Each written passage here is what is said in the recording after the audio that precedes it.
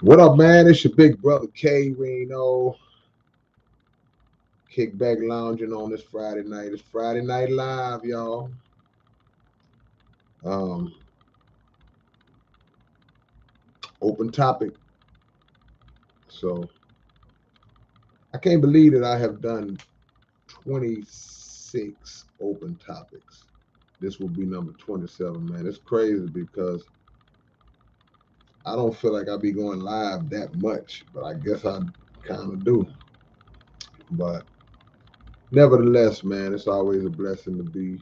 It's always a blessing to be in y'all's presence.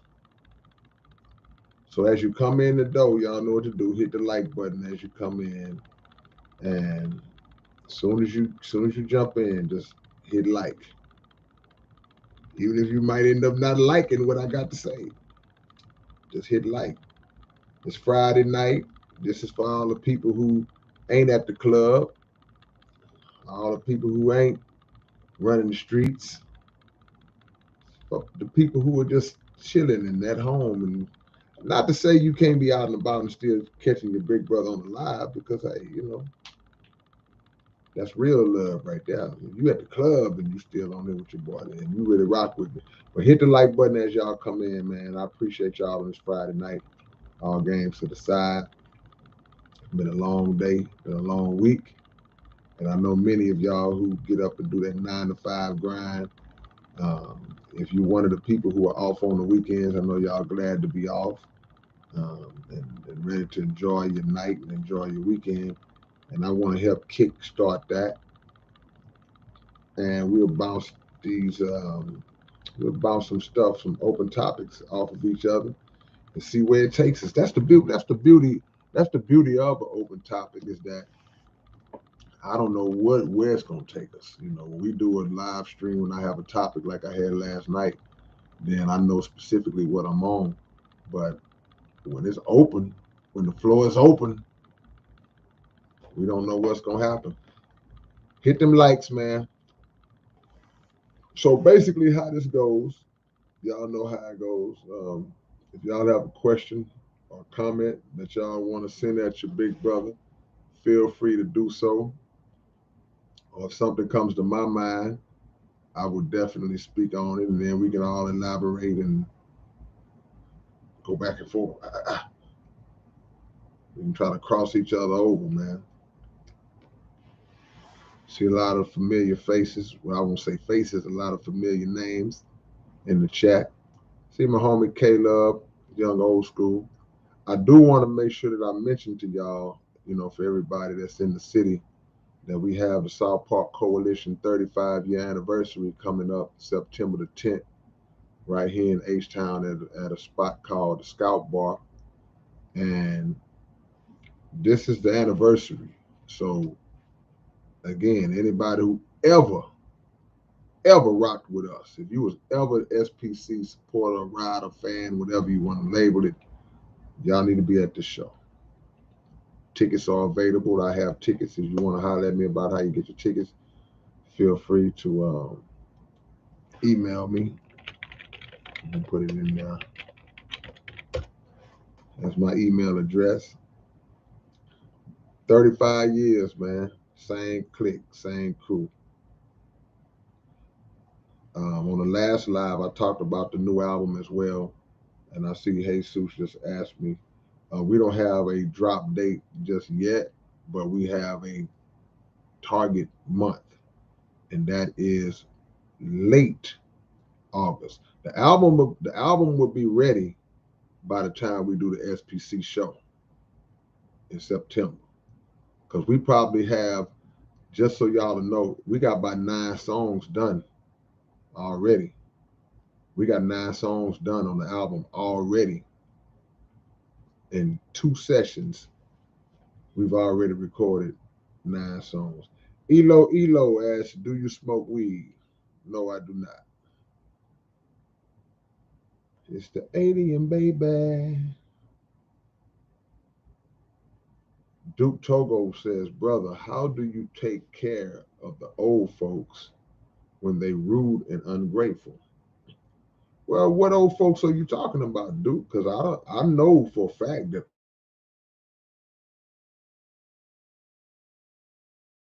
all women are not disrespectful and toxic, bad attitudes. All men are not dogs.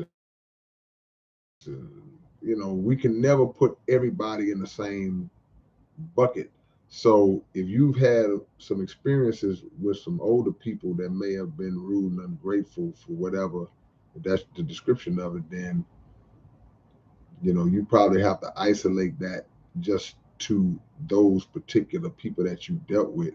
Because if we can't say how do you take care of the old folks when they are rude and ungrateful, that's like saying all of them are, and we can't lump everybody in there like that. But the answer to the question is, I mean, if you're talking specifically about an experience you may have had, if they rude and ungrateful, then you got to move around. We should never continue to um, what's the word I'm looking for? Accommodate people who are disrespectful towards us and uh, don't show gratitude when you're doing things for them, even if they are older people, even if they are family members, even if they are good friends, any age. You should never continue to accommodate somebody who mistreats you, you know. And sometimes we make the mistake of feeling like, well, I'm supposed to do this because, she's old and she don't know no better. And okay, and then that might be true. People kind of lose it and they kind of get senile, they get in their ways, but some people have always been in those ways, So we just have to be selective, and we have to also put, you got to put a value on yourself. You got to put a value on whatever service that it is you're providing for somebody who may not necessarily be able to provide that service for themselves. So you going out your way to do things for somebody, and if they don't show you the gratitude, I ain't saying you're supposed to expect them to just kiss your butt all the time, but or if they're being rude and disrespectful to where they kind of come off as entitled and you supposed to be doing this. Hey man, you gotta learn how to cut the string, cut that water off. Mr. LD said, "Are you gonna do some more rap tips?" Yeah, I'll get back into the rap tips, man. Some of these rap tips, you know, um, they go heavily and greatly ignored. Not by everybody. There are people who appreciate them, but when you look at the state of the game right now, when you look at how hip hop is, man, it's a lot of things that just rub me the wrong way. But I understand how things evolve and how things change. But when something rubs me the wrong way that I see in the rap industry, I'm not coming from a place of being mad or upset or feeling some kind of way because uh, young people don't do this, the young people don't do that. No, I'm coming from an angle of, dude, I'm trying to tell you this stuff to make you better. Better whether you are already really good and these little tips can probably put you over the top and make you that much better, or better from the standpoint of like, dude, you need a lot of work, but I can see little things that you can do that could improve your game, that could make you a lot better. But if individuals are not receptive to sound advice, if people are not receptive to constructive criticism, and we always use that term constructive criticism, but also people not being receptive to just tough love language, then you reach a point where it's nothing you really can give to them, but you still continue to do it because if 100 hear it and 5 take to it, then you did your job. The other 95, they got to figure it out for themselves, man. Hunter Smith says, what was your inspiration for the song Alien Baby? I just felt like I was an alien. you know, in our respectful arrogance. I'll say respectful arrogance, meaning that not looking at ourselves like I'm just God's gift to the world. Nah. You have to have humility, but you still have to have a certain degree of confidence about your skills and about your talent. So in my respectful arrogance, I feel otherworldly at times when it comes to when I pick up one of these. I feel otherworldly. So that was what the alien baby thing was. Like, man, I ain't from here. I'm not like you mere mortals. What artist was your favorite to collaborate with? That's a good question. 74 Red. What artist was my favorite to collaborate with? Man, you got Scarface. These are people that I've collaborated with live. You know, we in the studio together, putting it in. That's always, that's the true definition of a collaboration. When you right there in there, y'all bumping ideas and, you know, building a song and all that. So Scarface definitely was one that I did that with. Zero, we've done that a million times. Me and Zero have sat in the studio and just turn the beat on, and that's what we're gonna do. Just built it from scratch. We've done that. We do that every time me and Zero work. That's how we do it. We never sent no verses to each other. We always organic every time. So Zero, of course, my South Park Coalition brothers, we've been doing it for years, and our collaborations are really, really, you know, on a deeper level because, you know, we would sit down in the room and just write the songs all at the same time, write our verses, you know, all that, man. But as far as just collaborating with people who I wasn't in the same studio with, you know, with the technology where I could just drop it in my city and email it to them and vice versa. You know, of course, it was great to work with Cannabis. It was great to work with DJ Premier. It was great to work with Raz Kaz, you know, just guys, just legendary artists who I've always been aware of throughout the years and watching them on high levels, and then to end up working with them was, you know, was real cool, man. So, and I know I'm forgetting somebody, but you know how I go. Cynthia Albro is in the building. Spaz One, congratulations, Spaz.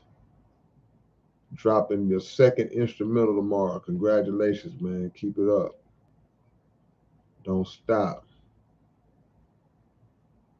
Don't stop. I said this before, I hate when artists quit. I don't care if you're a rapper, DJ, break dancer, singer, whatever. Don't stop. Even if you come to a conclusion where, you know what, I may not make it commercially, or I may not reach my goals and dreams that I thought I would do with this music, still do it. Because before you even thought about having a goal and a dream with this music, you did it because you love to do it. So don't let the business side make you not love it no more. K Love says, how do you feel about courts using artist lyrics in court? I mean, well, you know, I attribute a lot of that to the Snake DJ Vlad. Vlad is one of the key initiators of that and one of the key instigators of coaxing artists through interviews to make them reveal incriminating information about themselves and about others. But we also have to know as artists, you know, to keep your mouth shut and to also um, have no problem rejecting certain lines of questioning. You know, people sit up in major court proceedings and they'll say, I plead the fifth. They'll say, hey, man, I don't have nothing to say about that. No, I mean, you know, we don't have to feel like because somebody puts a camera and a microphone in our face that we have to start spilling the beans on everything, man. You know, we know We know the code. And we also have to understand that, I don't want to misquote, but I'll say this. You have to understand that it's not always about the question itself. When somebody asks you a question, the deeper issue should always be, why did you ask me that question?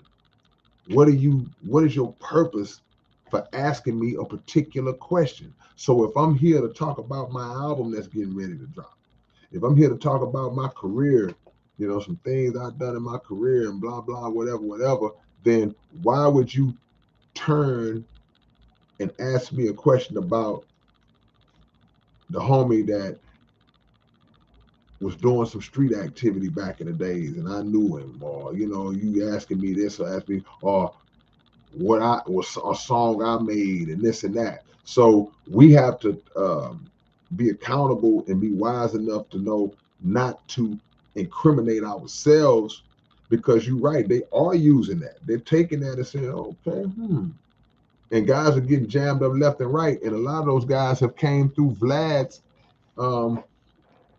platform, and he don't care. He go right on to the next one. He's unapologetic. He takes no accountability for it, and then he goes right to the next rapper and starts doing the same thing all over again. So he's just a dirty agent. That's all he is, just a dirty agent. And he don't care nothing about black people. He don't care nothing about rappers. He don't care nothing about brown people. He don't care nothing about none of that. He care about his platform, getting views and making money for himself. Plain and simple. He not paying the artist to be on these interviews. He bring guys on there and just let them clown and buffoon and talk foolish and all that. I mean, he don't care nothing about that. And we don't care enough to say, well, man, I'm not going to keep contributing to that. Matter of fact, you making all this money, you need to pay me. It need to be a price. And I said this before. This ain't new information that coming from me. I made several videos about this guy. We got to be smarter. And he can't drag you into the trap if you don't allow yourself to be dragged into it.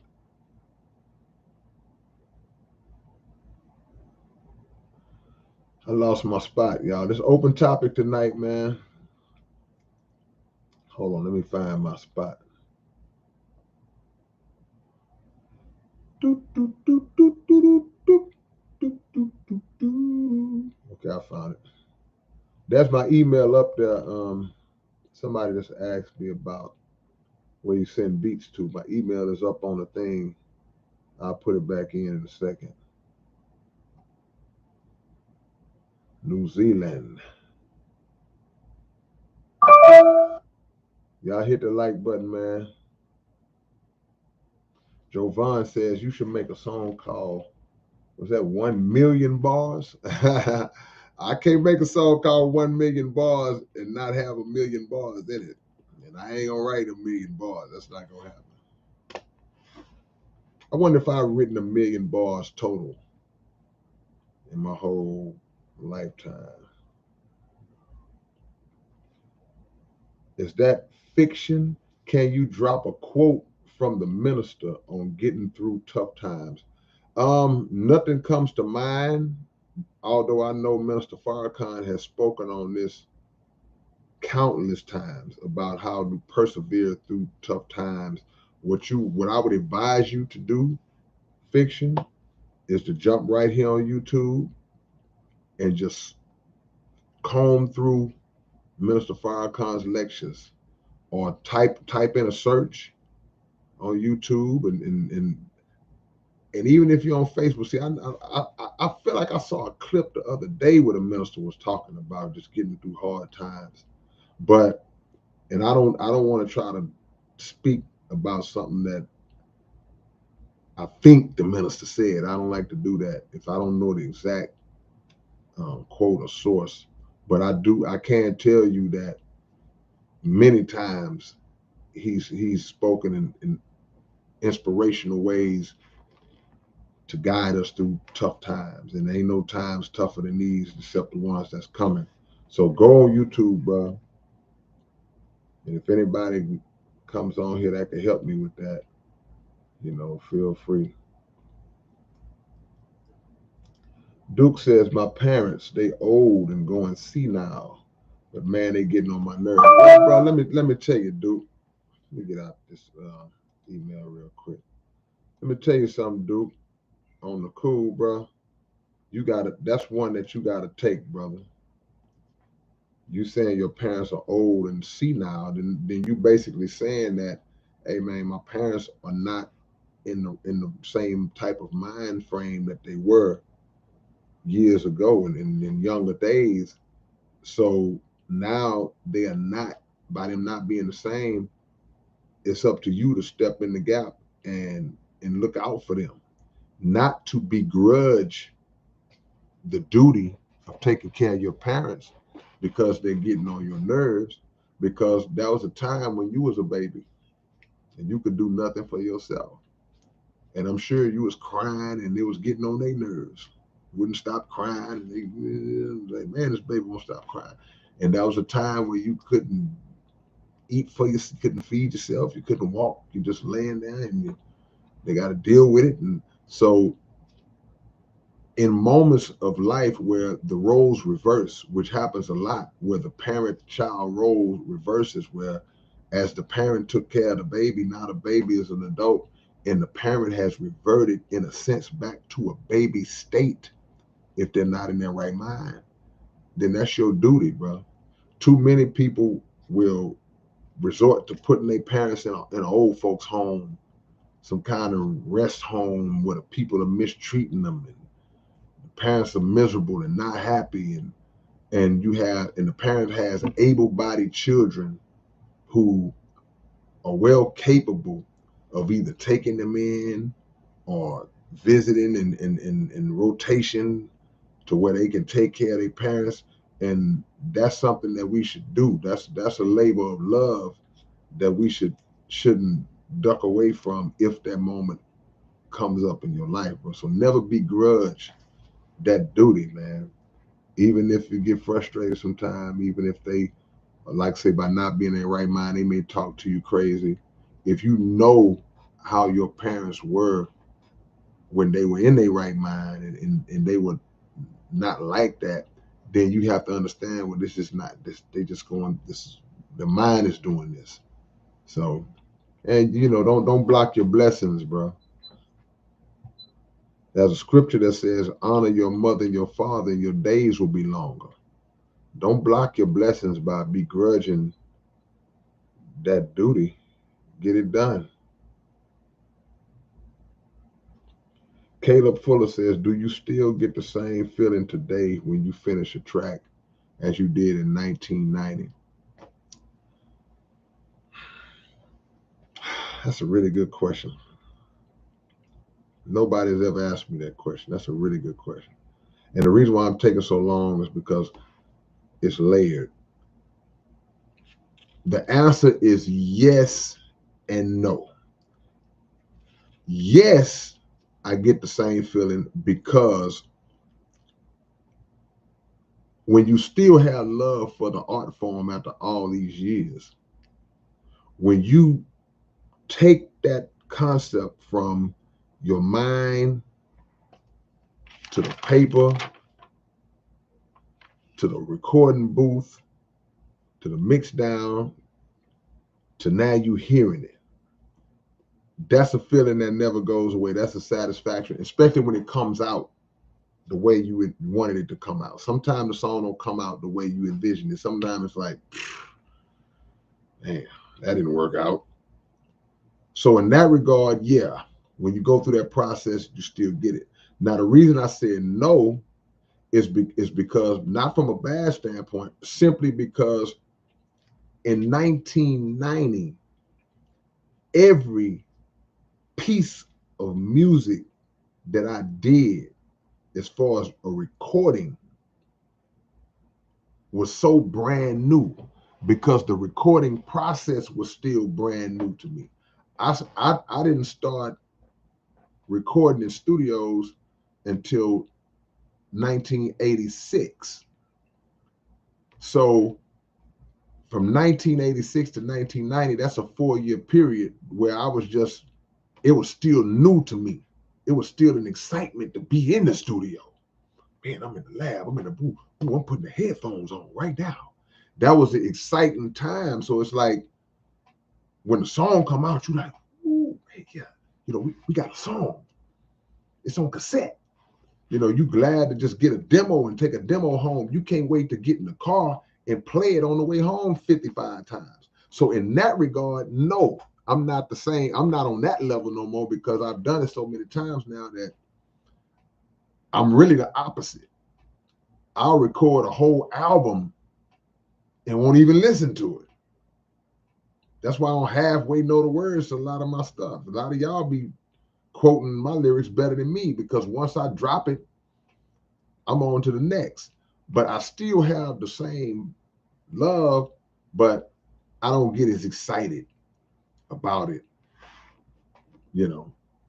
as I did 32 years ago. Julia Wheat, I pray many blessings over life. Your grandpa's niece, Lynn, from East Texas.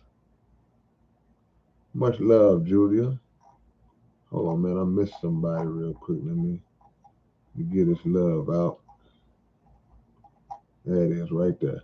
Jimi Hendrix, what's up, man? Thank you for the love. Encourage anyone who hadn't bought this cat's album to donate now. Yeah, man, look, we still push our projects. See, the only album, the only project, the only time that a project is not new is when it's somebody who's already heard it. An album can be out 5 years. If you never heard it, it's a new album. So if y'all don't have my latest album, A Blessing and the Burden, go on any of the digital platforms and get it. Get it tonight. Deeper Elevation. I appreciate the love from you, man. Appreciate the donation. Appreciate the donation from Deeper Elevation. What is the relationship with Cut Calhoun? I think it would be dope for you two to do an album together. I'm not familiar with Cut Calhoun. I'm going to have to check him out. I'm not familiar. He got a dope name, though. Cut Calhoun. Sound like a person you don't really want to mess around with.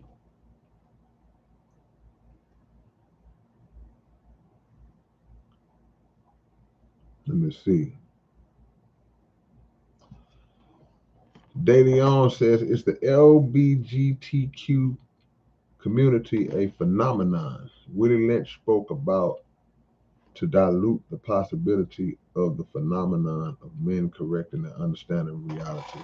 Well, the Willie Lynch letter, whether people want to accept and believe that it was authentic, that was an actual person named Willie Lynch, or whether people want to say that, no, this is a fictional character that was created and the scenario is whatever, however you look at it, the accuracy of the details of the Willie Lynch letter are pretty much spot on as it relates to how Black people move in this day and time. Now, maybe if it is fictional, maybe they already looked at that and then they crafted it based on what they were already seeing. But as it relates to the LGBTQ community, it's not so much of a phenomenon. It's layered in that there's an agenda in place to perpetuate that lifestyle. And I'm not being disrespectful to anybody who lives that lifestyle, but I gotta tell the truth. There's an agenda in place to perpetuate that lifestyle. In a lot of cases, part of that agenda is to feed it and reproduce it. So you have chemical means, you have chemicals that are injected into women, and certain hormones that are injected to predispose male fetuses to be feminine because of the estrogen levels that are incorporated into these hormones. And then you have it from a visual standpoint where everywhere you look on TV, it's being imposed. It's like, so in young, impressionable minds, mixed in with the narrative of, hey, it's all love, it's okay, it's fine. So it's not so much of a phenomenon, in my opinion, as much as it is a strategic agenda. So there you have it. And a form of population control, if you ask me. Because the more people that get into that lifestyle, the more it threatens, to certain degrees, the reproduction of human life.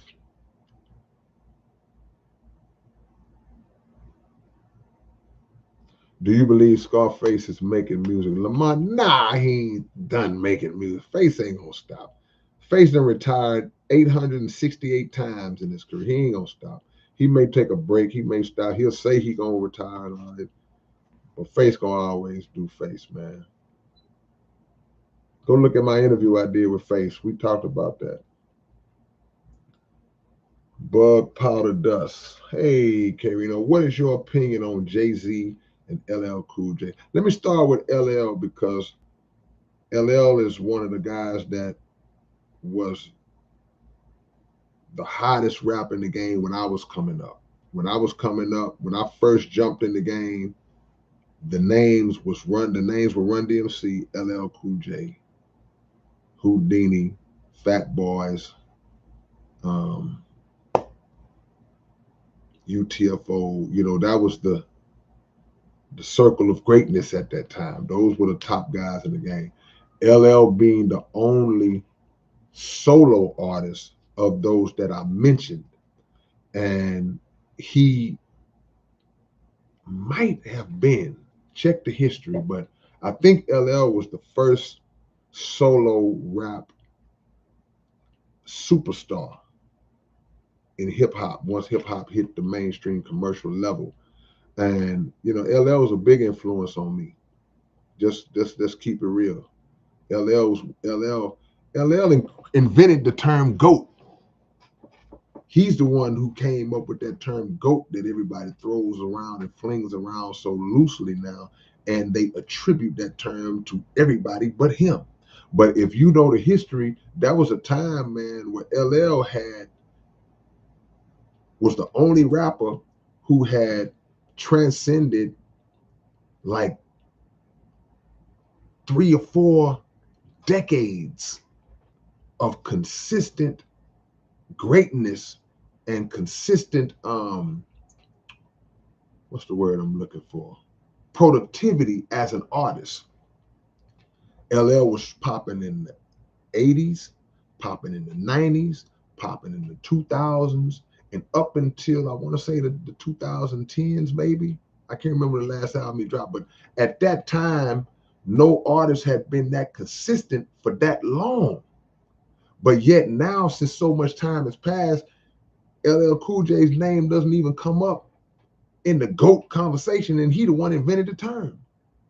So LL now, as hard as it is for me to imagine just even saying this now, because I remember from back in the days, it's amazing for me to even say now, for it to come out my mouth now, knowing how great that man is, that in 2022, LL Cool J is underrated.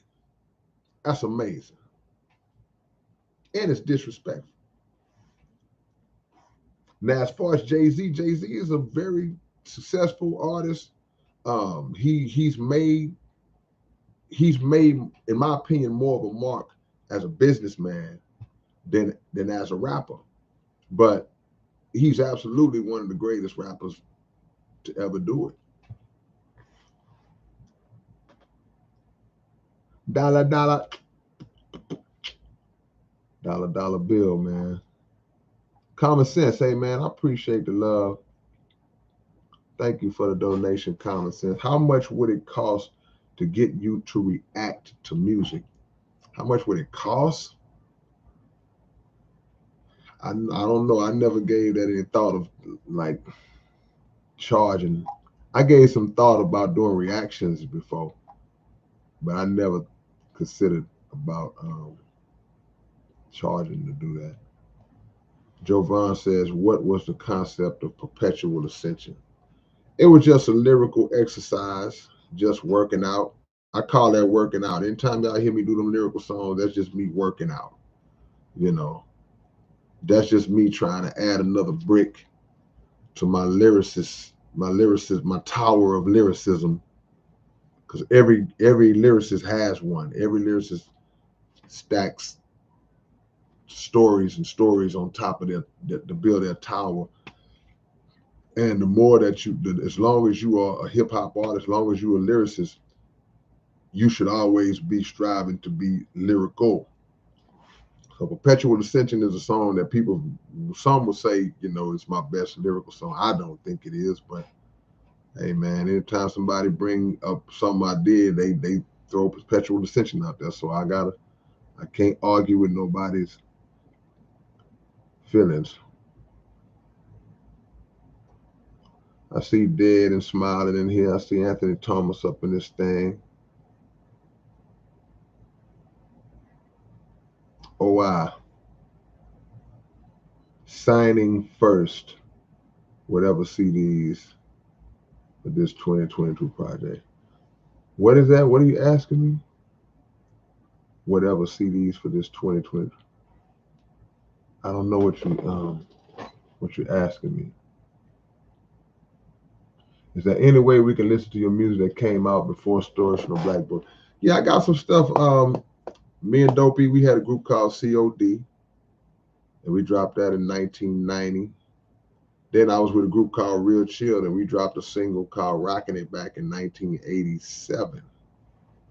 So you could hear that stuff. That's far as the stuff that was actually released. But some of the best stuff that y'all probably not gonna ever hear. I hate to say it. I don't even want to say it because it's kind of messed up. Some of the best stuff, the coolest stuff we did was at Dope E's mother's house. Rest in peace, Miss Baggett. We would go over there. Dope had the little setup in the room. We would record. You had to get it right on the first take, or you had to record the whole thing over. And we did some of our best stuff over there. Those old demos that we used to take up to Kids Jam radio station back in the 80s. And a lot of that stuff just got lost by different means. Murder One had a lot of it back in the days. And somebody broke in his car and stole all that stuff. I got a homie named Kevin Lyman. He might still have some of it. I got to reach out to my homie, but that's some of the coolest stuff. You could hear your boy back when I sounded like I was 12 years old. Had that high-pitched voice. Yeah. Let me see. I'm going backwards. That's why you're like, man, why are you reading these old comments? Yeah. Dark Horse. Yeah, Zero is my brother. Klondike Cat is my brother. Got a song I'm getting ready to do with Cat this week. Y'all remember, man, South Park Coalition 35-year anniversary is September 10th. You need to make your way to Houston. If you're not already out here, if you're already out here, you need to be there. Tickets available, man. Email me. If you want tickets to the big show, we're going to make it happen. That's my email address. I don't have a title for the album yet, 2.0. Not yet. Appreciate that, Machiavelli Shepherd.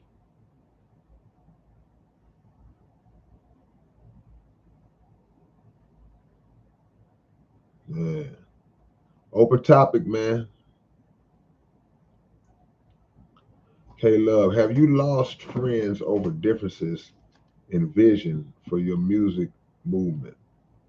No, I never lost friends because the friendship is bigger than the music. Now, people have broke friendships behind the music, And I can't say that I never have had disagreements, arguments, confrontations, behind the situation, differences of opinion and creative differences and stuff like that. Those are the types of things that come along with being in a group sometimes, but never no loss of friendship, because if y'all are really friends, y'all kind of understand how y'all mind think. And if it's a creative difference, y'all kind of get it, even though y'all might bump heads. But if you lose friendship behind it, then that could probably stem behind something else. Like we was in a group and dude try to knock your wife off or something, and he your homeboy in your group or something. Okay, then that might be cause to end the friendship, but nah, nothing like that ever, in my world.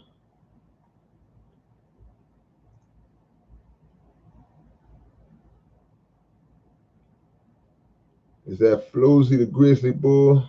I'm glad you doing this. I love Alien Baby in Perfect World. Man, salute. I appreciate that, man.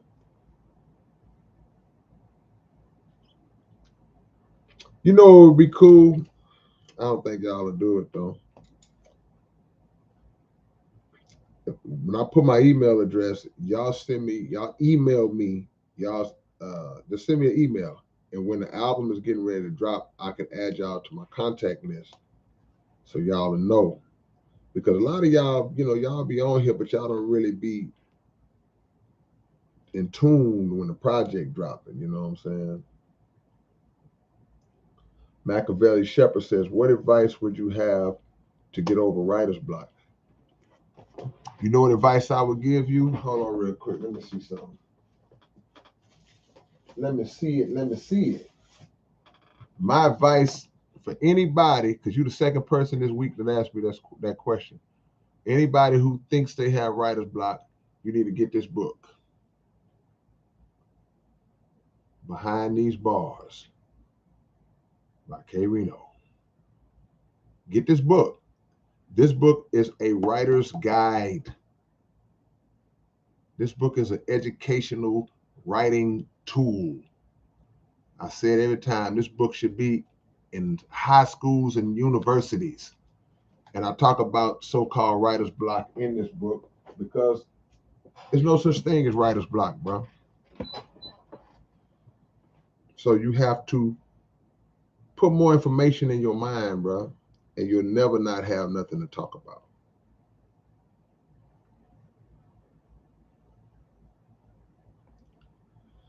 Curtis Blow, yeah, can't forget about the great Curtis Blow.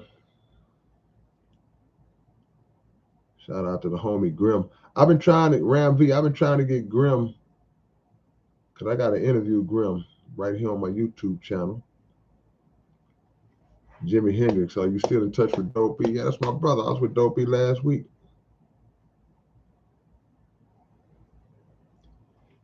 The D6, the D612AP.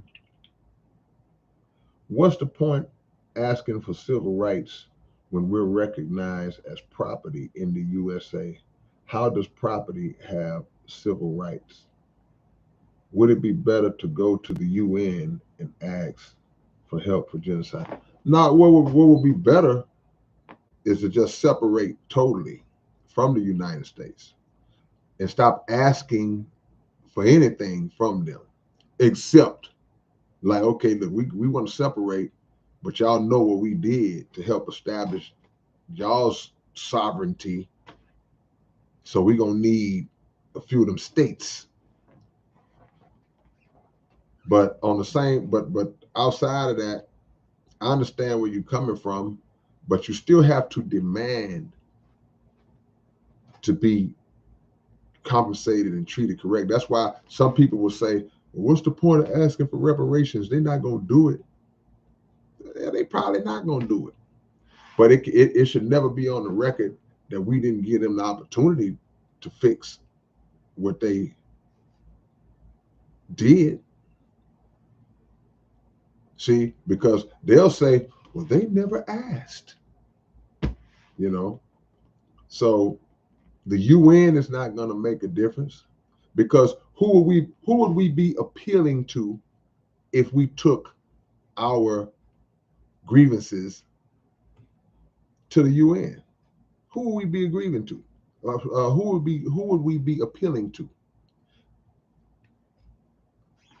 Basically saying, okay, well, there are a lot of nations that make up the UN, but there are European nations who they don't care nothing about black folks either.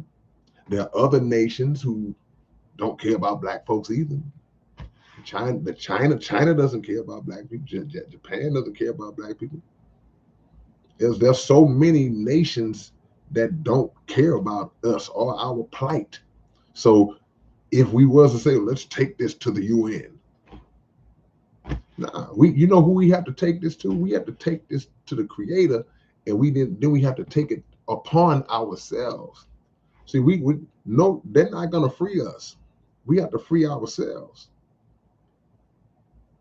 The Honorable Elijah Muhammad says, set yourself in heaven at once. Set yourself, and they're not going to do it for you. Because if that's the case, what's taking so long? Are we just waiting for the right time? And then we're going to make up for everything we did? No, they're not. They in the hole themselves. America is in debt. America is lacking resources. Famine getting ready to hit America. It's like we continue to go to our oppressors to ask them to fix what they tore up. I'm not gonna bust you in the head and then offer you a band-aid. I'm the one busting in the head. I wanted you to bleed, but I understand where you're coming from.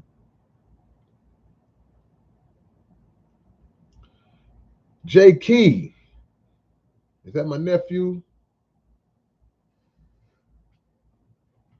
Going In Productions.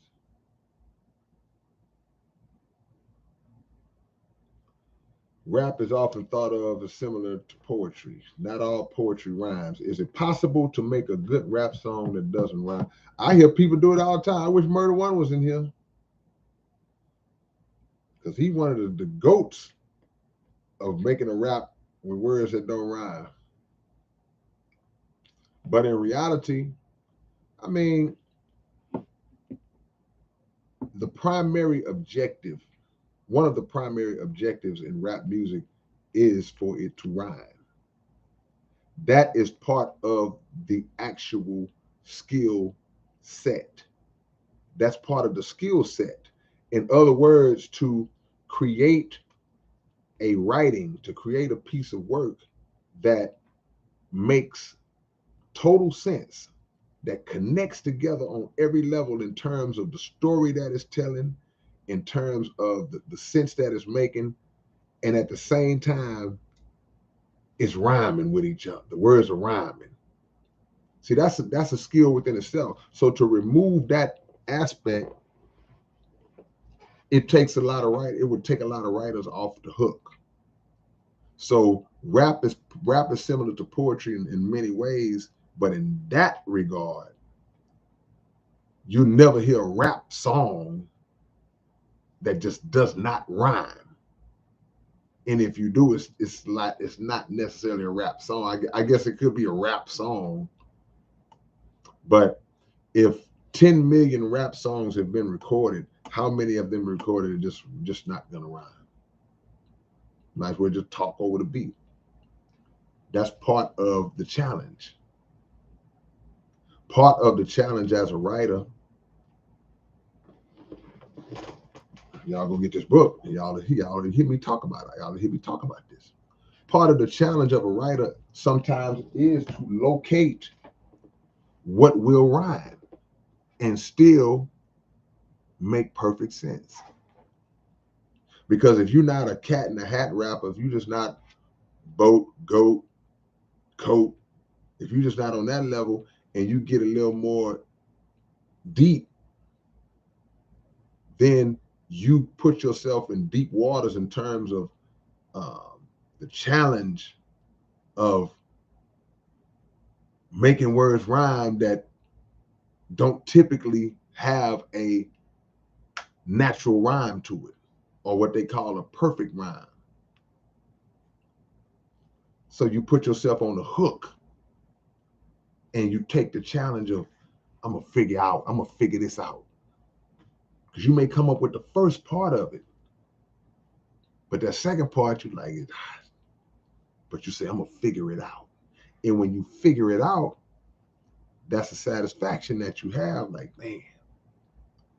Because some people might quit on it. Oh, well, like, I can't come up with nothing like that. In my mind, I feel like it's always a way to complete the rhyme. It's always a way to complete the rhyme.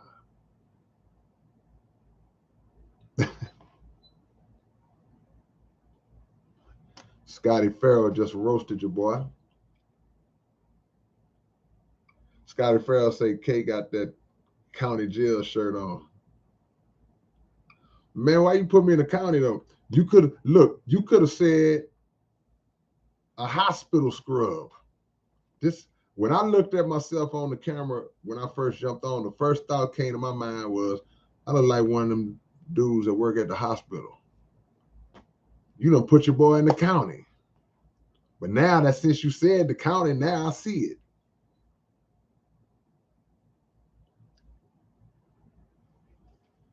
Dollar Bill say, I need VIP tickets. Man, I got you, bro. Say you can't stand up for 2 hours straight. I know that's right. I got you, bro. You good. You ain't got nothing to worry about that night. We're going to figure it out.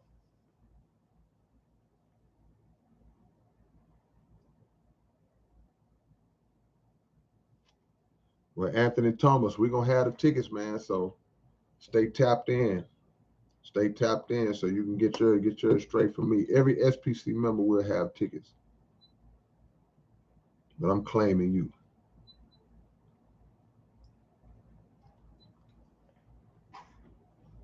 Release all, what happened to it? Oh, release all your diss tracks you made on rappers in the past. I ain't got that many. I haven't dissed a lot of rappers in my lifetime. Most of my dissing and all that used to take place in person back in my battle rap days. But as far as actual recorded diss records, I don't have that many of them. I don't even have enough of those to make an EP.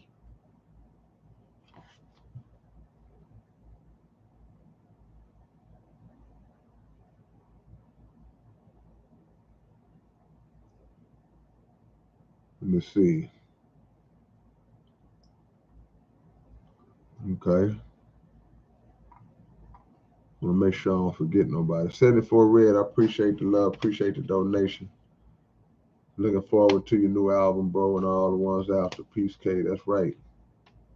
Much love, man. As long as y'all rock with me, I'm going to keep dropping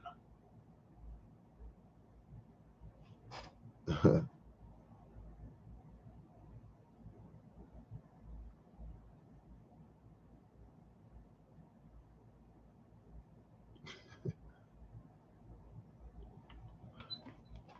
Jovan says, do you think you are the best rhymer?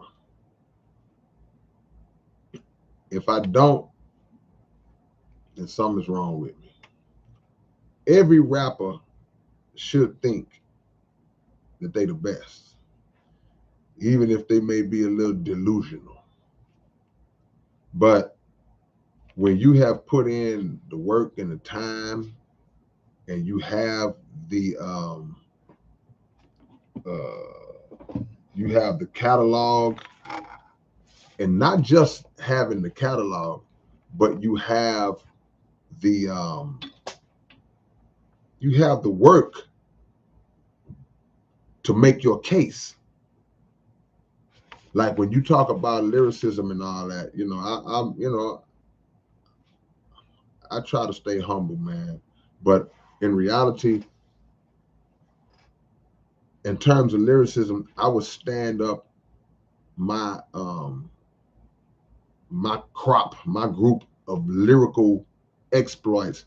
I stand it up next to anybody's. It ain't to say mine is better. Nah, I'm just saying, if you line up any great lyricists throughout history and just line up all their lyrical work, lyrical songs or whatever, I'll push mine out there with anybody and just let people listen and decide. I don't look at my stuff like, well, it's all right for the South. It's okay for the 90s. Nah, I'll stack my stuff up against anybody you name. And that ain't being arrogant. That's just like, that's the reality of it. And it's not being delusional either. I got enough lyrical songs. Just my lyrical songs could comprise 5 albums.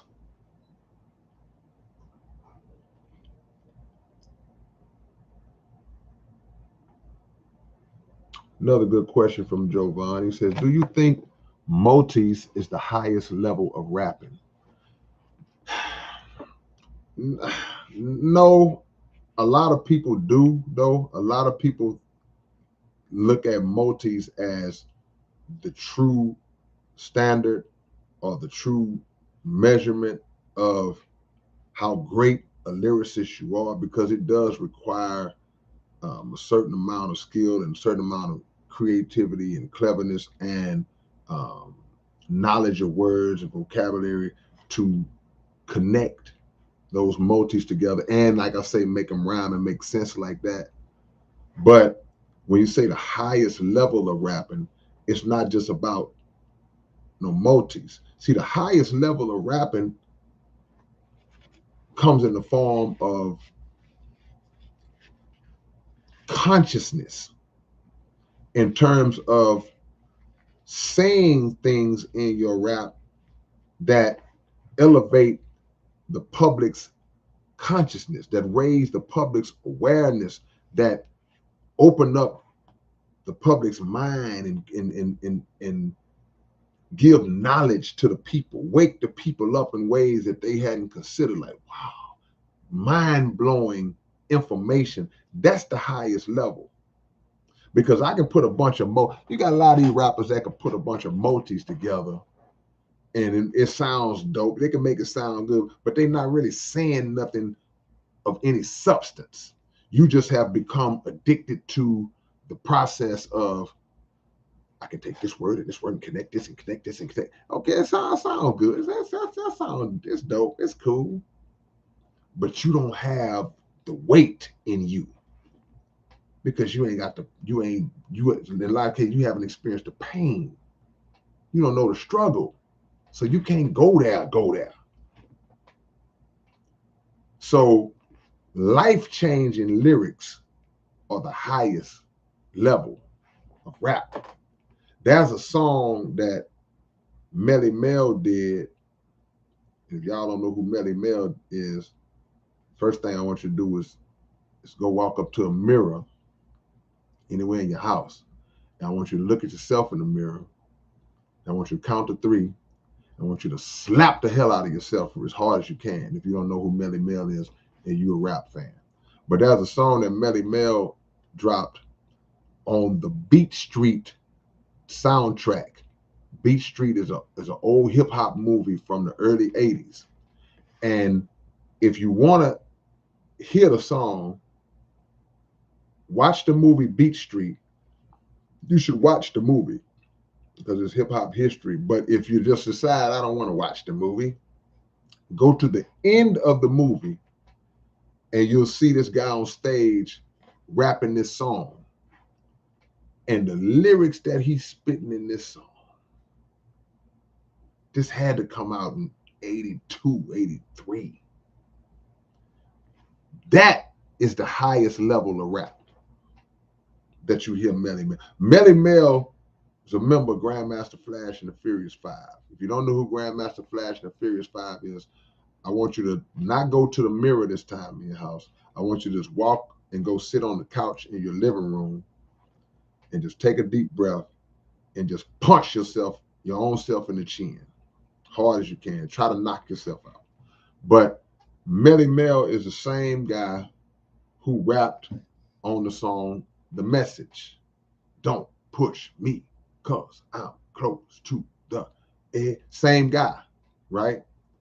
But the rap he spit, the message was iconic enough, because if you listen to that, you hear what they was talking about on there. But the rap he spit at the end of Beat Street,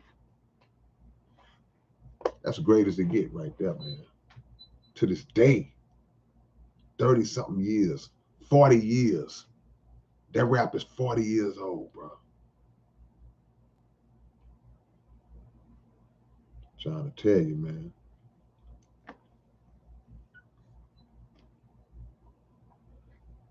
K-Rino, you should do the best research and practice the Twista fast rapping. So, nah, heck no.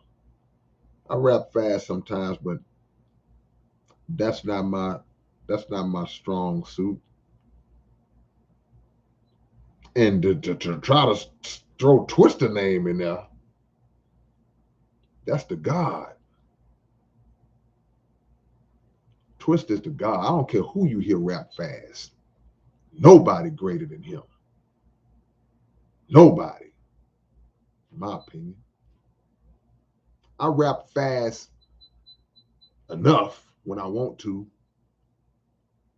But again, I started rapping fast the times that I do it just because I'm competitive, and I like to be able to say that there's no type of styles that I can't do.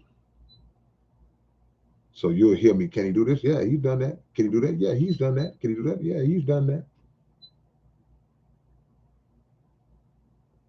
Common sense, go listen to Melly Mel, man. Shaheem says, didn't he box Willie D? Yeah, that same brother that had the celebrity boxing match with Willie D. Same brother, the legend Melly Mel and the legend Willie D.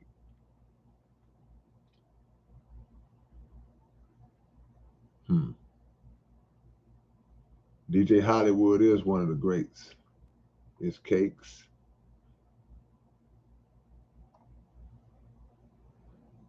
Yeah, man, go look at B Street. Hey, man, look, if you're a hip hop fan, I don't care how old you are. 12, 15, 25.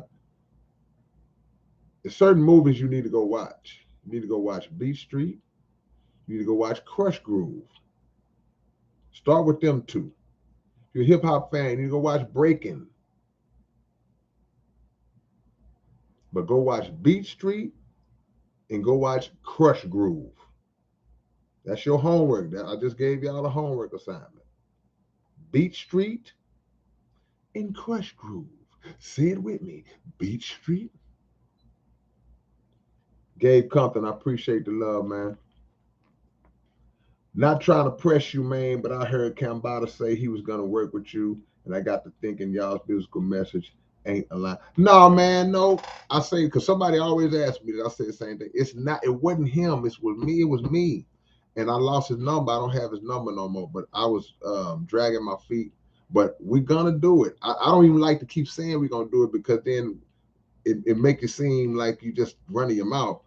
So I just got quiet on it, like we're going to do it. But I got a homie. Shout out to my homie Kofi University. He'll plug me back in with him, and we'll get it on. We're going to get it on, because I know y'all want that, man. And I want it too, man, because I think that he's one of the dopest ever. And I think he's underrated. I know I say that a lot about a lot of rappers, but when I say it, it's true. So we're gonna get down, man. I promise we will. I got a list of Big Lurch. I never heard of Big Lurch.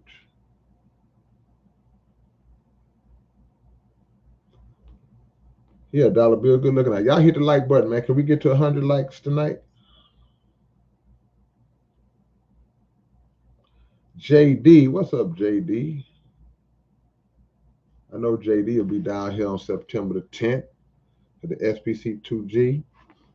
Will be on the stage as well. My bad, y'all. Let me spell it right. It's Crush Groove with a K. Crush rush grooving. What do you think about the battle rapper Daylight? Daylight a beast. Yeah, go watch Beat Street, JD.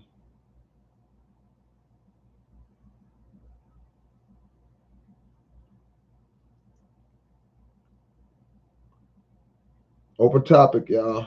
What y'all got?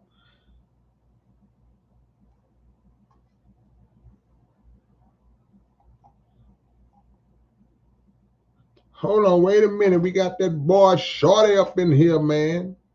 SPC2G in here representing them damn twins. Oh, just want to let you know, it's a guy walking around here look just like you. Just thought you might want to know that. Groove and B Street, man. What's wrong with y'all? What's wrong with you guys, man? Got to know your history.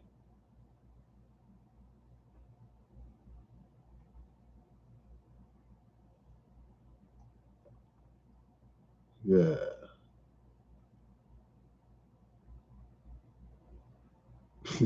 Y'all be saying some. Sometimes y'all be dropping some stuff. Sometimes y'all be saying some crazy stuff, man. Drop your locations, man. Drop your locations. It's about that time. Looking at my Gucci, it's about that time.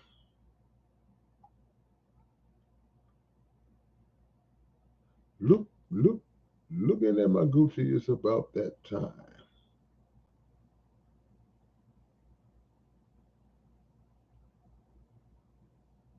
The bailout from this EU makes the U.S. debt look like pennies.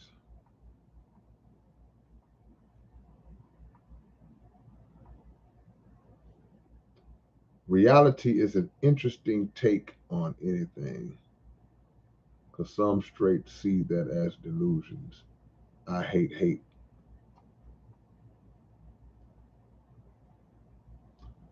I've been looking up CERN. I've been looking at a little CERN stuff. Not enough to speak on it, but so far it sounded like some BS to me. Tiny Taco.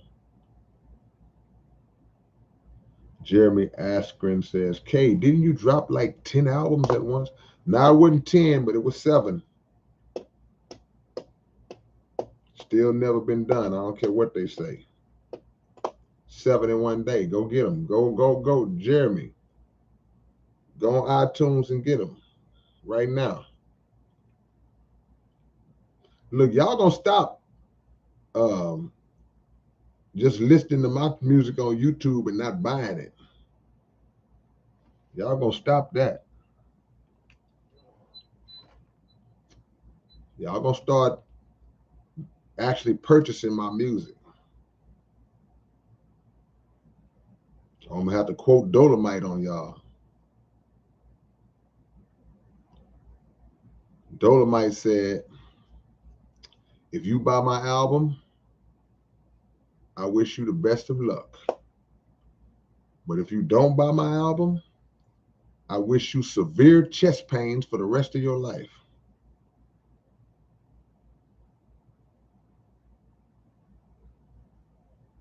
The Mountain Sage, I appreciate you too, man. I ain't forgot you. Abel Perez.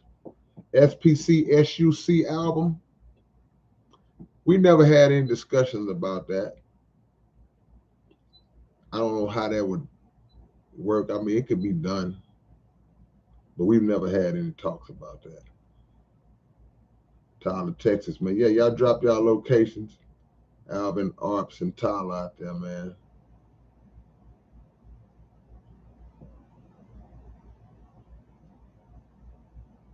Yeah, say murder the mainstream. See, when I said murder the mainstream, I don't want y'all to get it twisted, man. You know who that was really more directed at? That was directed more at the heads of the industry,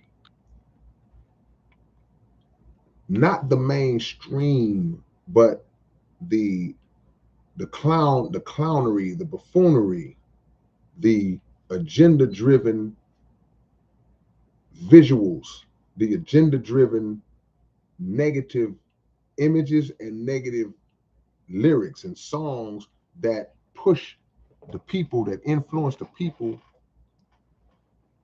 to degenerate into negative acts. That was my issue with the mainstream, that platform being used to perpetuate wide-scale foolishness. But the industry heads are the catalysts who put that stuff out. We couldn't hear the artists if it wasn't for the labels saying, hey man, this type of stuff we want, this kind of artist we need you to be. And in the quest for money and fame, they follow suit. I don't have no issue with an artist trying to make it, but don't sell yourself.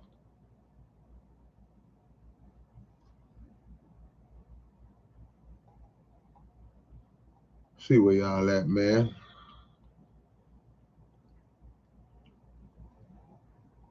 Where y'all at? Where y'all at? Much love to Deep Elevation and Jimi Hendrix. I appreciate y'all's donations, man.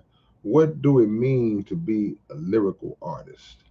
I would say Locksmith is lyrical, but people have argued these new artists are lyrical as well. Well, if we want to get technical, if we just want to go to the actual definition, lyrical comes from the word lyric. So anything, if you write it, it's a lyric. But in hip hop terminology and rap terminology, the term lyrical has now been redefined to mean something else. It means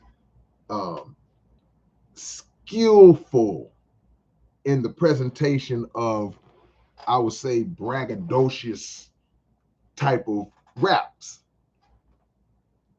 Educated, vocabulary driven, clever punchlines.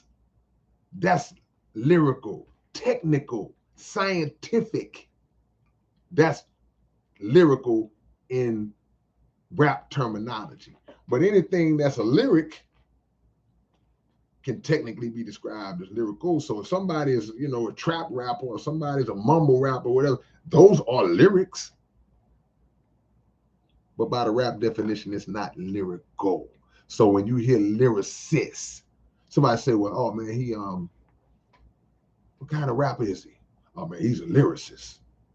First thing people think is, oh, that means he's spitting some higher level, mind-blowing, conceptual, intricate, like motifs, like we just got through talking about.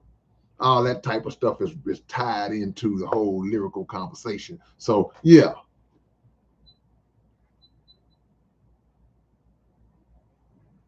But the new artists, see, here's the thing about the new artists. Hey man, they have an audience who view them the same way we viewed the artists of our time when we was coming up. They look at them in that same light. Like, these are their icons. These are their musical influences. This is the golden age to them. I can't argue their perspective. I don't see it through their eyes. So I can't argue. It's like, well, I don't agree. Because it's just like in basketball.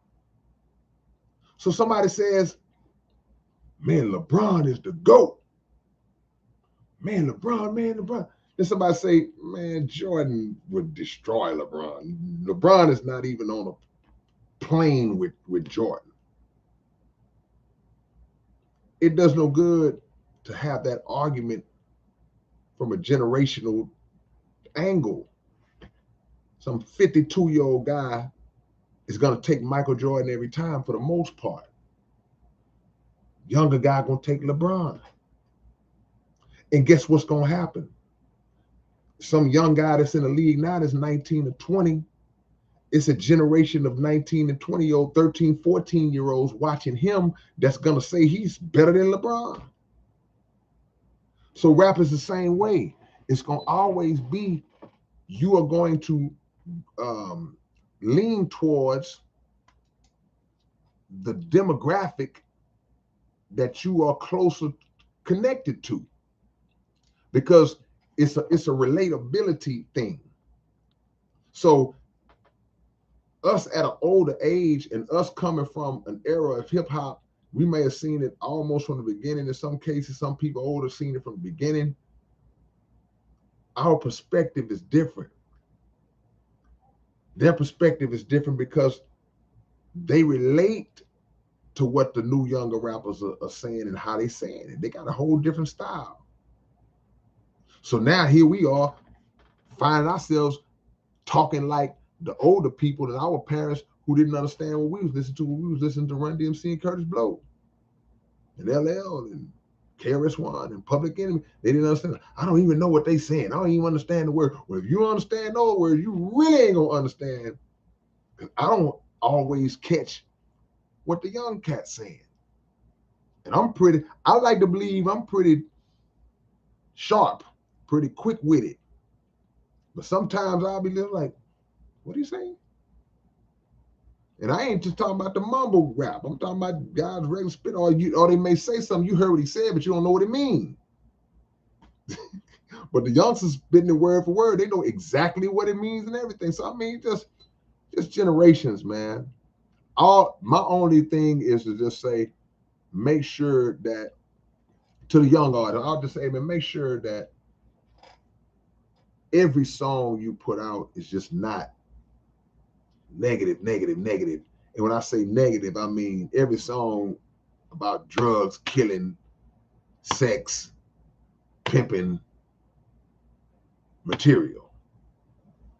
Can't make every song like that, man.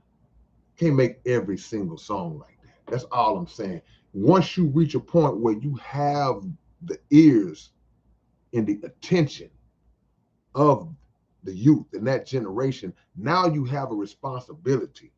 And I think we don't emphasize the responsibility enough to the younger artists, not in a negative way, not in a way to beat them up, but to say, hey, bro, you doing it now, but heavy is the head that wears the crown. You got a responsibility now. So now you got to start being more focused on making sure that you are not an artist who's going to lead a whole generation of young people down a bad road because you're influencing them through your jamming music to do this drug, to do that drug, to be a pimp, to be a stripper, to get naked and show your booty all the time.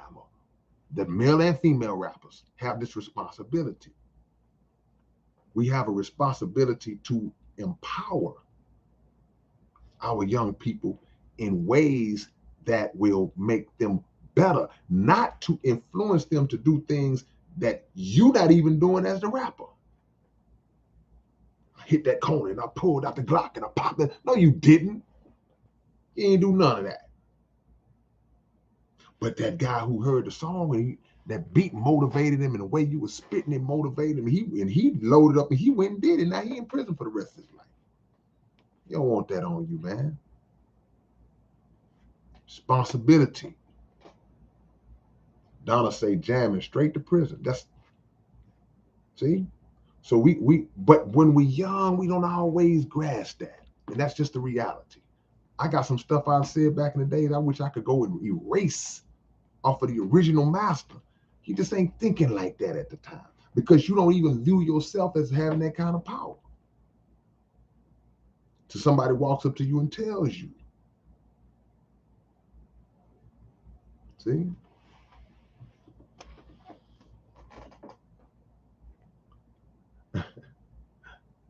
Sister Donna say, gotta ask the kids what he said. Hey, it ain't nothing wrong with that because we need to know. And what he say right there? To make sure your children ain't listening. Hey, that was a nice little flow right there. What'd he say? What'd he say though? What'd he say? He said, what? And yeah, shorty on the cool. I put Jordan up there. But when they start talking about the greatest, it's funny how Kareem name don't never come up. And if you stack up the accolades, if you stack up Jordan next to Kareem, you might be shocked at what you see. In statistical category, Kareem is eating him more points, rebounds, blocks, same amount of championships, same amount of MVPs. Hey, man, Kareem don't be getting the love he's supposed to get, man. Puma says, I pray that you become a Christian. Why? I was born and raised in the Christian church. And now that I'm a Muslim, I know more about Christianity than I did when I was a Christian. And I have a better appreciation for the principle, the true principles. And if you pray that I become a Christian, what kind of Christian are you praying that I become? You praying that I become the version that the white man created and imposed upon us during the time of slavery and it trickled down to us to this day? What version of Christianity, what kind of Christian are you praying that I become, Puma? You know what a Christian is? I might already be one. Or I might already be striving to be one. I'll say that. I told you I have a better understanding now than I did when I was one.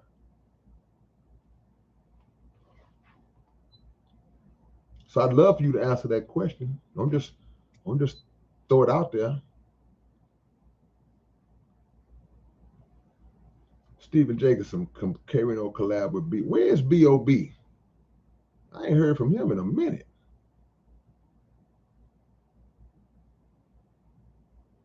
Yeah, where's B.O.B. at, man?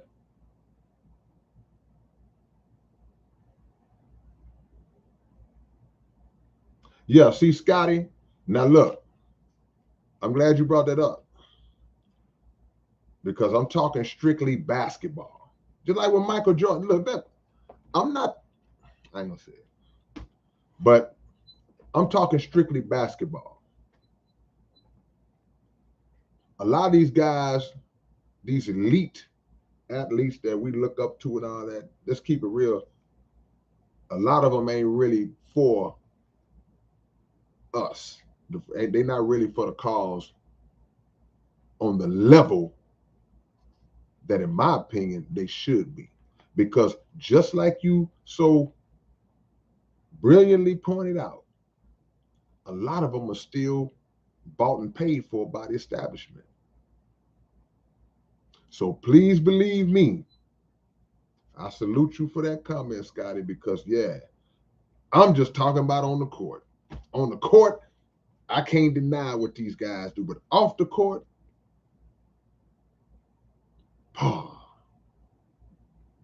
terrible, terrible, man.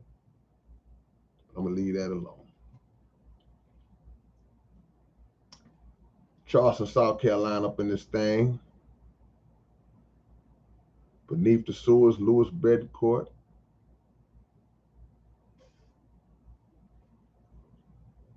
Y'all still ain't telling me two things. Why should you pray that I become a Christian? Just asking. And two, what type of Christian are you praying that I become? Because last I checked, there are more different denominations of Christianity than almost any religion, or any religion I can think of. Correct me if it's another one. So the Christians in a lot of ways is like, it's really confusing to many, because it's like, wait a minute, you got this denomination, you got this denomination, this, that one over there, that one across the street, that one behind me, but we all Christians. But God is not the author of confusion.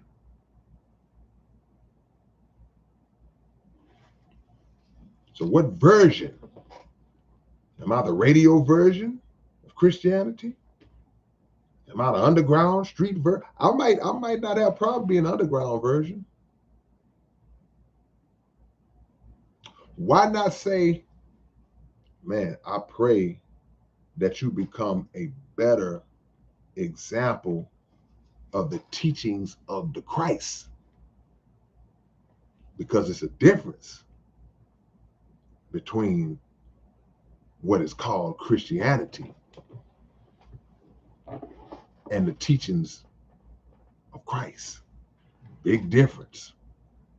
Christianity been remixed. The teachings of Christ been remixed and turned into a version of Christianity. Let's talk about it.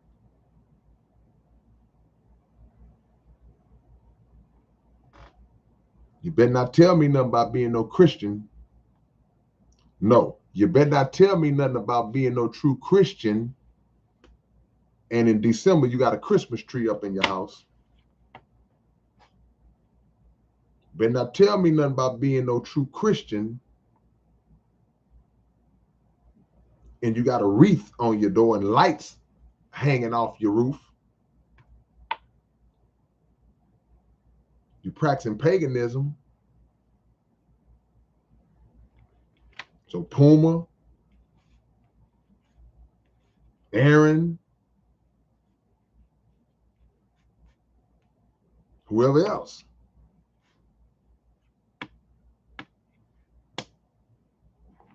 Better not tell me about you no Christian.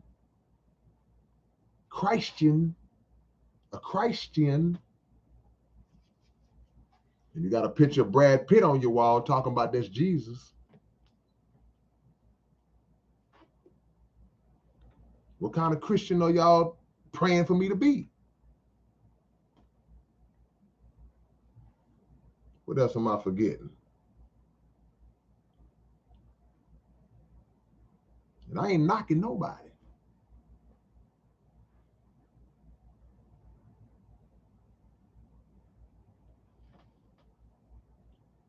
If you don't believe in anything, you fall for anything. Is that right? I thought it was if you don't stand for something, you'll fall for anything. You better not tell me you know Christian or a Catholic. What you say, Donna? When the Pope is over there praying to the Black Madonna and the Black baby Jesus. The Pope even know the truth. I'm gonna have Ned DeWino on my wall.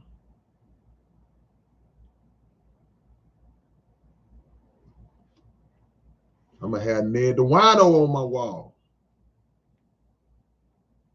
before I have Nicolas Cage, before I have Mel Gibson. Y'all don't know who Ned DeWino is.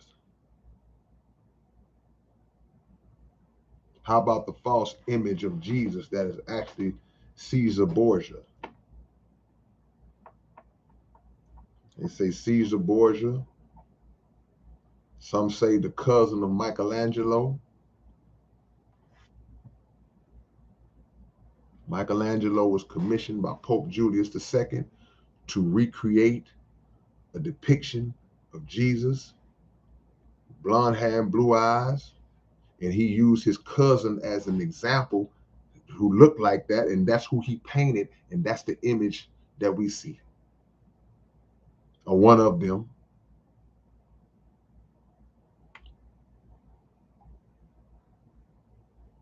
So don't throw the rock and hide your hand, because you got the right one. You got the right one.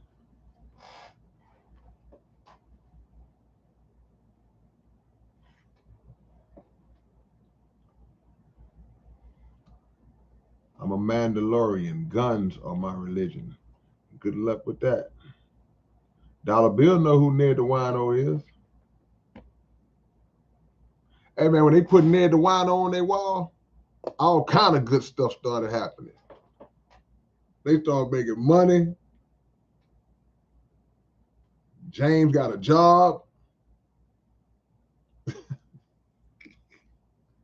Hey man, with Ned the Wino in Florida was still trying. See, that episode was an example of the conditioning process that we have fallen victim to as Black people. Florida was still trying to keep the white Jesus on the wall, but she was fighting tooth and nail with her whole family. Michael went to the Bible and read the description of Jesus in the book. He said he had hair like lamb's wool and feet like brass burnt in the oven. That don't sound like Mel Gibson to me. That's in the book right now to this day. In Florida, the mama still was like, I ain't trying to hear that. Golly, man. Boy, that episode is more powerful than y'all know. Come on, man. When we leave this earth, according to Chris Thomas, we realize that we all praying to the same one higher power. We just all have different names. You ain't got to leave the earth to know that. I agree with what you're saying, that we all praying to it's only one higher power. We don't believe in polytheism, but you don't have to leave the earth, Chris Thomas. Nah. You know that now. You just said it. So you got to leave to know that. And you don't have to leave the earth. And you can teach it to people before they leave the earth. It's only one God. He's called by many names, but ain't but one. It's all right to call him what. If you call him Jehovah, that's cool. You call him Yahweh, that's cool. You call him Allah, that's cool. You call him God straight up, that's cool. But ain't like it's a God. It's just like the telephone operators. They all just up there, just a network of gods up there, and just like, we got a call coming in with for the Catholic God, and then the Christian God accidentally answered the Catholic phone. And like, yeah. Oh no, you're looking for the Catholic God. Let me transfer you. I'll transfer you over right now. Hold on. Ain't but one. Man created this confusion. Oh, you're looking for the Muslim God. My bad. Let me connect you. Hold on, don't hang up.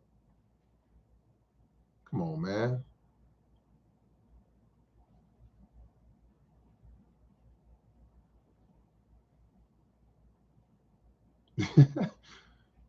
I used to have a dog named Ned, which was named after Ned the Wino. That's a cool name for a dog.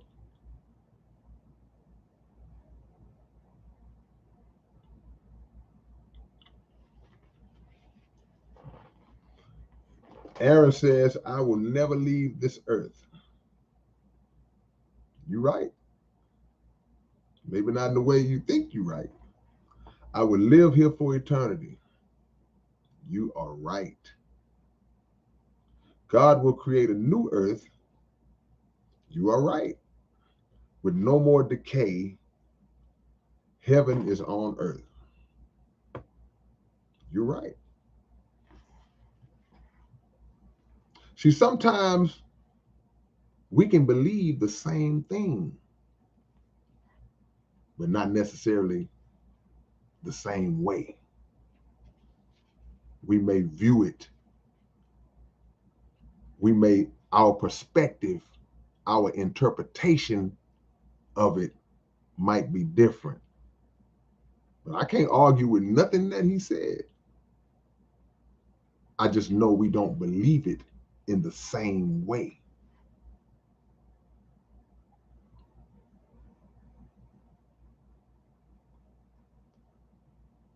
Let me see.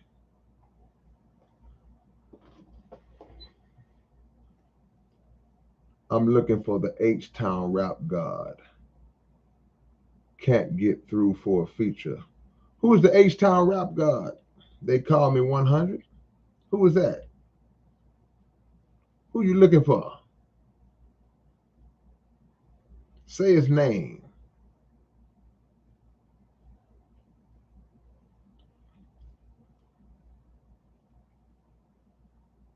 Christopher Lee, is the earth flat, K-Rino? Look behind me. You see that globe back there? I'll put that up there just for, I'm not saying you're a flat earther. I don't know if you reveal yourself to be one yet, but for all the flat earth people, that's why I keep my globe back there. I know it bothers them when they see that.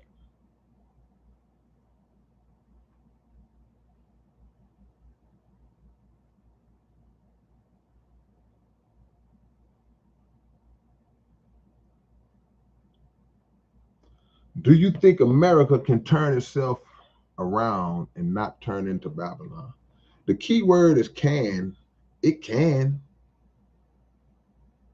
but will it is the question. Can. See, this is one of the things that the Honorable Elijah Muhammad teaches. He teaches that prophecy, certain aspects of prophecy are conditional, meaning that it's prophesied, but it don't necessarily have to happen. If the people get it together, then a bad prophecy can be averted, avoided, and God will show mercy. What's the scripture in the Bible, man? If my people who are called by my name, somebody finish that one for me. I'm bad with. I know what I hear in my mind. If my people who are called by my name will humble themselves and pray and seek my face, then I will hear from heaven, forgive their sins, and heal their land. I did it. I said it. But the first word of the paragraph tells it all. If my people which are called by my name, appreciate that they call me 100. If. So it's conditional. So certain things in prophecy that can absolutely, we have the absolute control to change. Now, America's fate has always been one of those things, because God sets it up to where he gives chance after chance for the oppressor to correct what he's done to us.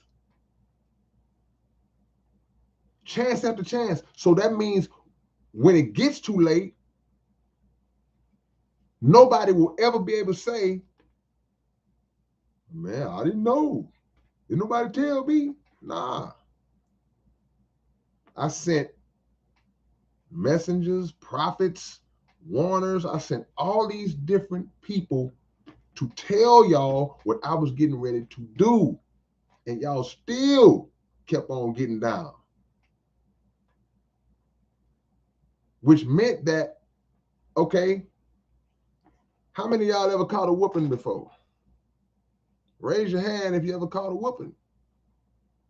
Some of y'all would y'all might have grew up a little spoiled and sheltered. Y'all may not ever caught a whooping or a spanking. You might have got a spanking. Might not even got a spanking before.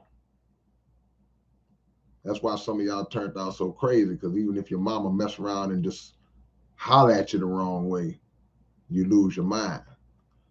But if you ever caught a whooping before, unless you just have done something so spontaneous where the whooping comes out of left field as soon as you do it, most of the time, mama or daddy will give you a warning before the whoop. Mama gonna say, hey, y'all stop all that noise in there. And she'll go back to doing what she's doing and right back making a, hey, Y'all, I told y'all, keep that noise down in there. Don't make me come in there. See, it's ramping up. Quiet down for a minute, go back there. Next thing you know, mama busting through the door. You can't say, well, mama, I didn't. Mama told you 4 times, y'all stop making all that noise in there. Now, she in there now, belt in hand. When she was hollering from the room, it was conditional. She would give you a chance. Come on, man.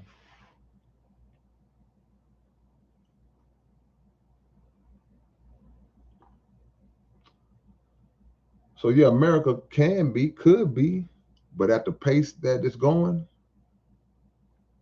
she ain't gonna do right.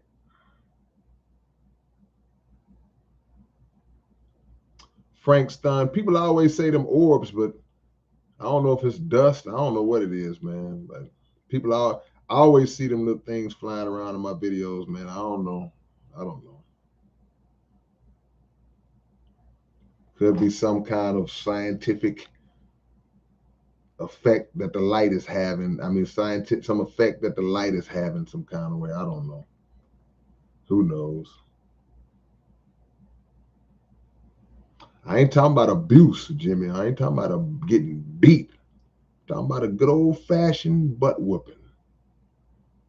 Nothing wrong with a good old fashioned butt whooping. That's why some of these children is like they are, because this society has set it up to where everything is offensive, everything is wrong and negative and abusive and oppressive and everything, even to disciplining your own children.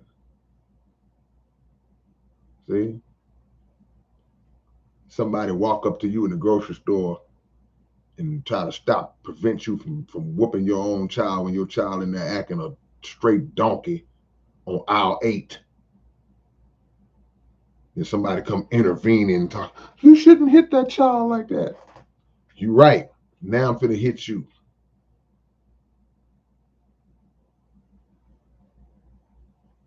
H-Town for Life, which one of your songs do you find yourself revisiting the most? Mine would be Valley of Decision.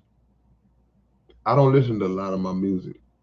I can't say, but every night, and if I do go listen to something, it's gonna be a song that y'all would never expect.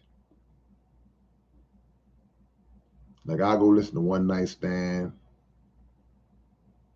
Astral Projection. Some of them songs like that are my favorite songs.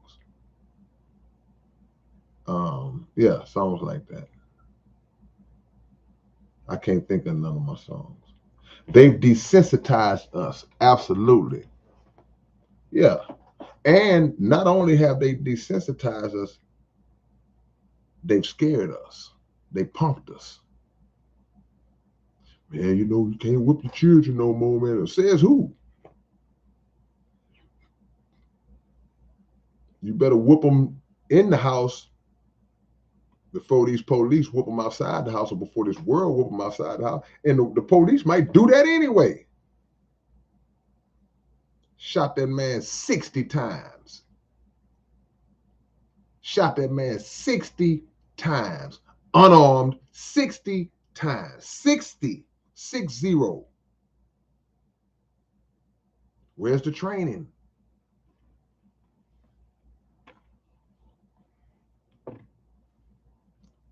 That Chicago shooter, where he at right now? Where the Chicago shooter at?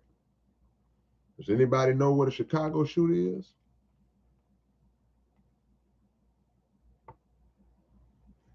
He's safe somewhere.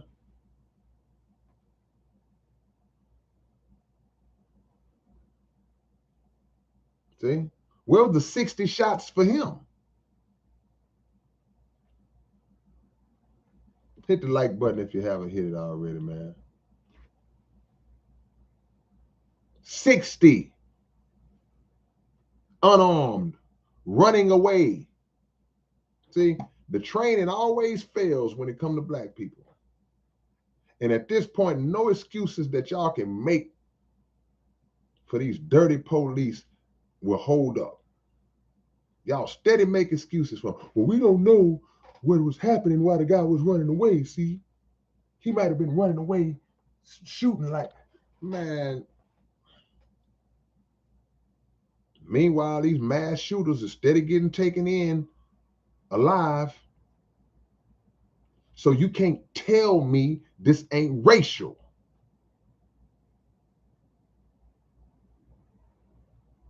We ain't falling for that. It is racial. Because the training always fails when it's a black person. Now, y'all was scared of one teenager that had a gun inside of school. Y'all ain't want to run in there. Didn't even want to run in there on them. No, well, we're going to wait. We got to wait and see if it's okay. They said we got to get permission to run in there. Because like I say, the old saying goes, it ain't no fun when the rabbit got the gun. So now when somebody else got a gun and seems to really know how to use it, now I don't want to be the one to get. Black dude ain't got no gun. Let's shoot him 60 times. Probably was dead after 5 or 6 of those shots. But everybody got to get theirs in. I know I hit him 2 or 3 times.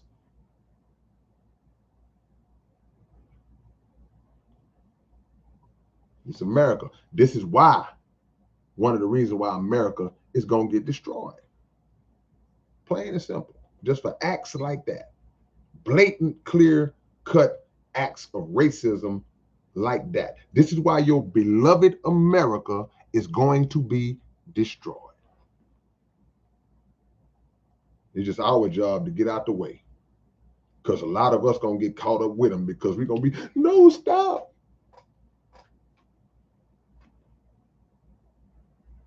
We're going to be standing in between God trying to save the devil.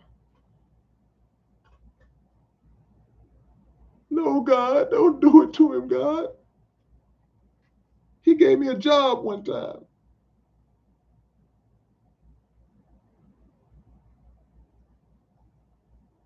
See?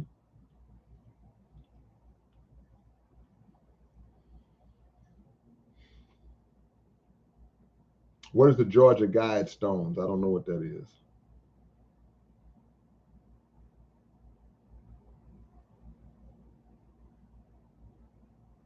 I don't know what the Georgia Guidestones are.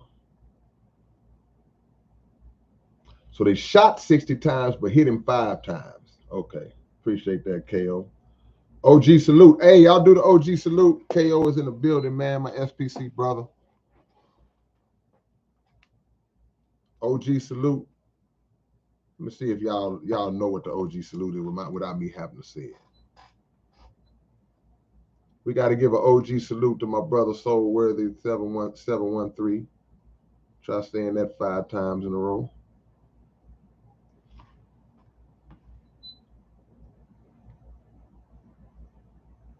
You shot 60 times at a man that's... I don't want to talk about that.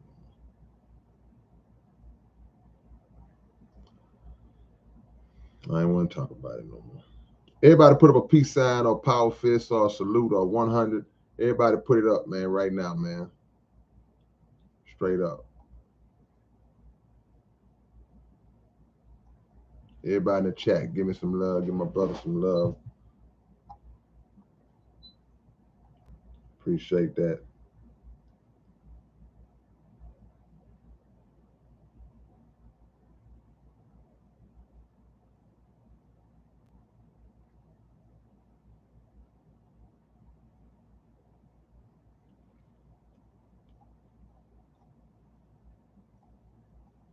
There you go. Open topic tonight. Say what's on your mind.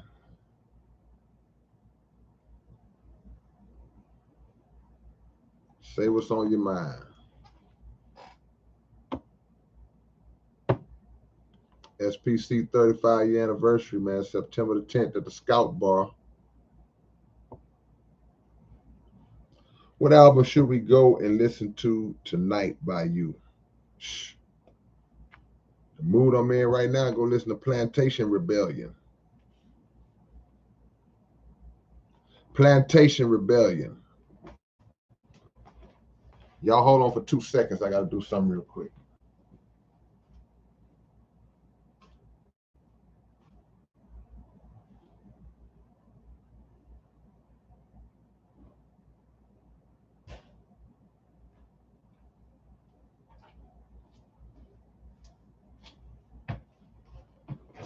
He's back.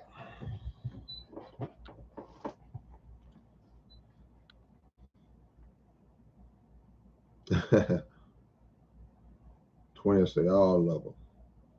Best Pimp C memory.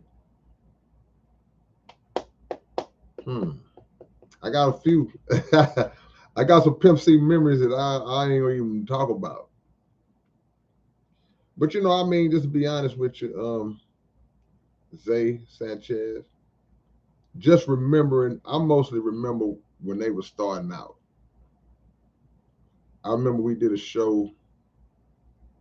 I forgot where we was. I don't know why I feel like we was in Beaumont somewhere. We was somewhere out of town, and they were just starting out. They were just popping off, and we was at the sound check, and just sitting around, just in the club at one of those tables, just talking to Pimp. Just, you could tell he had the belief and the confidence even back then, you know, that he was gonna be somebody. He was gonna be somebody. Just young, they were just starting out, because they were younger than us, a couple of years younger than us, and we was young. You talking about KO, we doing COD what, in like 90, 89, 90, 91. So I had to be 20, 21 at that time. So they had to be 18, 19. You know, so. But I got some stories, man. I just ain't gonna go there. I got nothing but love for them dudes.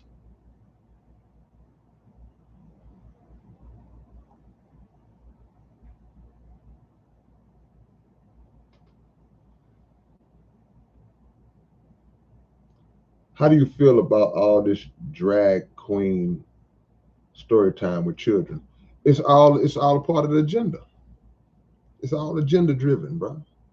They are in the beginning, we could say they were slowly starting to trying to drop those seeds on our young people, but now they mashing the gas, they accelerating it. So now they're trying to steady implement these types of scenarios among our young people in an attempt to normalize that visual and normalize what they create an interpretation to be the meaning behind it and why it's okay, to make it okay. See, you now have movements where they're trying to, you have people who are advocating to give the child a choice to choose their own gender, when the gender was revealed soon as that doctor pulled him out. As soon as they pulled him out or pulled her out, the gender was revealed. But as the child gets older, we think it's oppressive to just automatically tell a child that he's a boy just because he has a male organ, or that she's a girl. We're going to give the child a choice. We're going to tell the child, you can decide if you want to be a boy or a girl. So you tell that to a 4-year-old, 5-year, you never know what he might say. He might say, yeah, I want to be a girl. He don't know no better. Well, you're a girl. You're going to start buying dresses for him and pink clothes and not. Come on, man. It's an agenda. See? Children should not be even exposed to sexualization in any forms at those young ages like that. But who runs the world? The world is run by perverts and sick-minded people. They have a group of they have a pedophilia organization, a legitimate pedophilia organization that openly profess to be pedophiles. We love little boys. There's nothing wrong with boy man love. It's an initial. I don't even remember the initials, but it got boy man love in it some kind of way. And this is normalized. See? So they're coming from so many angles, man.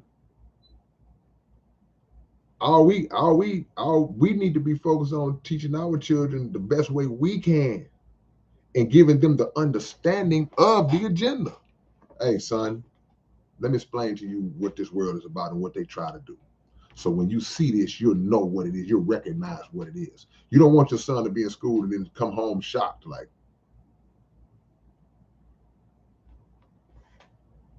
I don't know, man.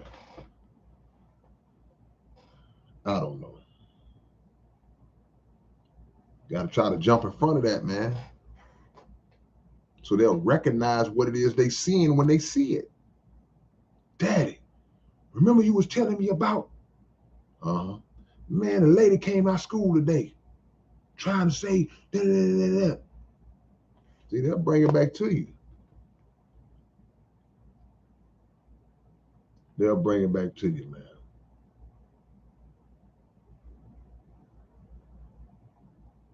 Homeschooling would be the best option, man, for many reasons. Get your child out of that sick curriculum, and to protect your child from some fool running in there with a AR-15 and shooting them up for no reason.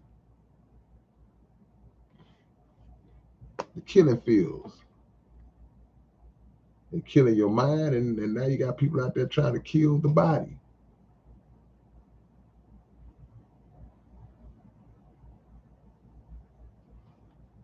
Blessing to your son, Lavish Logos. Man, praise be to Allah, Sister Donna. See, we have to make sure that we are in control of what our children ingest. And you can't stop everything from getting to them. We just live in a world where it's impossible. Your child got a phone just like you got one. So they can, and even if you say, well, I got safety blocks on my child's computer, and my child, it's only so, they friend ain't got no safety block. The classmate gonna say, look at this. So you got to train them as best you can and prepare them. See, you can't over shelter them and act like the world is so innocent and nothing goes wrong. And would you try to shelter them and protect them from all this stuff? And then, but you also can't overexpose. So it has to be a balance. But the key component is to giving them an understanding of an exposure of what they're going to see and an understanding of why they seeing what they seeing. Because they're going to ask questions, well, why are they doing that, mama? Why would they do that? Daddy, why? Then you got to look. They doing that because they want control over you. They don't want me as your parent to have control over you. They want to have control over you. So if they take your mind before I can get it, before God can get it, then it's going to be real hard for any of us to get it back. They want to expose you to a contrary world, a world that's contrary to how God set it up.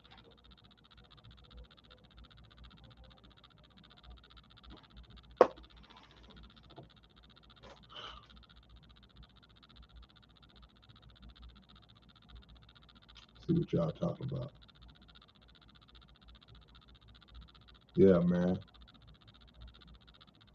I did a song with Killer Mike a long time ago. I don't know if he ever put it out, but he hit me up a long time ago and asked me for a verse for a remix of a song he had. I sent it to him, but I never knew what happened to it. I never heard of it, never heard it, if it came out or what.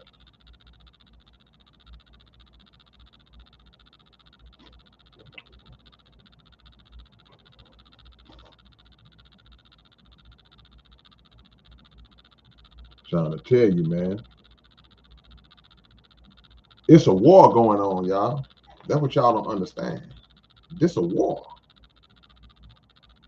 The war is for, they fighting over our minds. They want our minds, bro.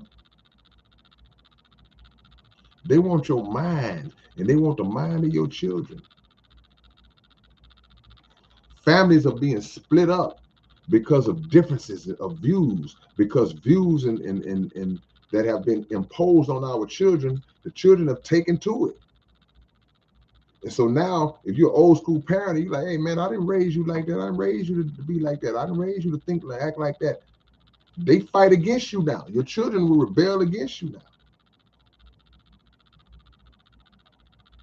And now Satan got them in his grasp. It'd be hard to get them out. See?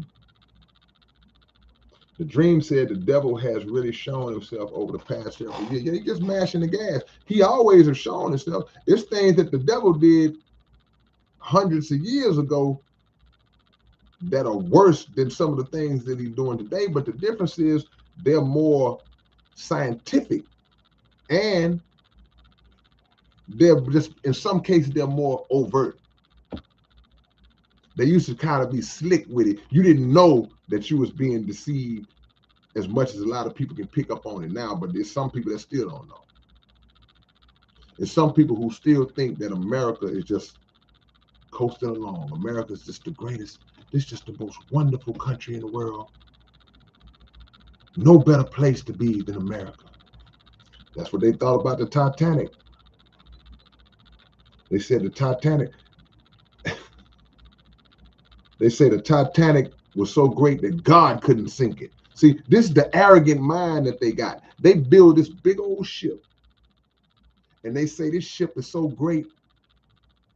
Now y'all some men, y'all some regular dudes, and y'all, we built the ship so great that God couldn't sink it. Oh, so now you cursing God? Okay. God say, I can't sink it. I can't sink it. Hold on, real quick. Hold on.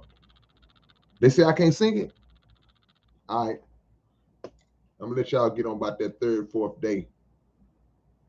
Y'all gonna be thinking, right when y'all think it's sweet. Right when y'all think it's sweet. Put that iceberg in your face. And that's America. America can't never fall. That's how they feel. This is the greatest country in the world. And it might be. But what you gotta understand is great don't always mean good. Great and good don't always, or not necessarily synonymous. We think it can mean good.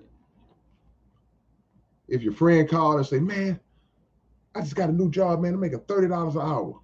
You might say, man, that's great. In that sense, you mean that it's good and it's big.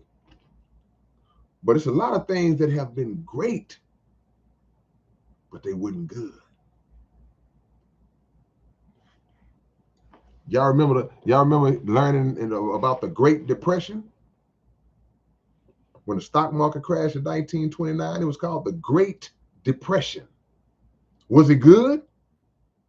That everybody was broke and didn't have no money, and people was jumping out of windows and committing suicide, and America, people was lined up in the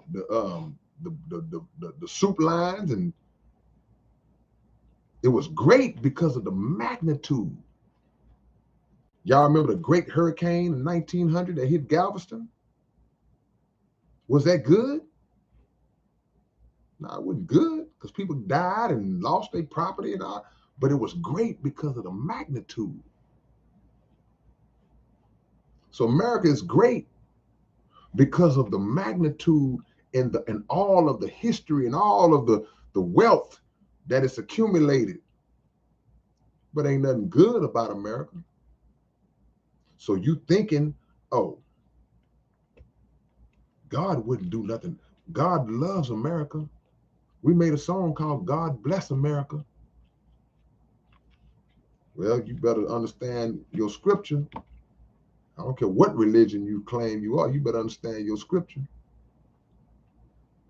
Because I saw somebody write about Babylon up a minute ago. And the Bible talk about a mystery Babylon. I ain't no preacher. The Bible talk about a mystery Babylon, meaning that it's like a Babylon, but it's not under that name.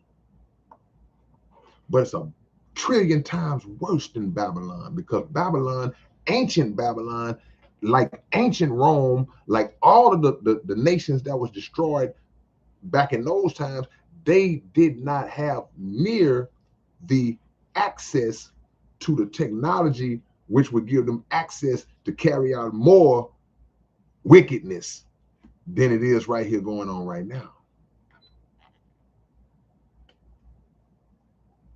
See? Now, what the heck is going on?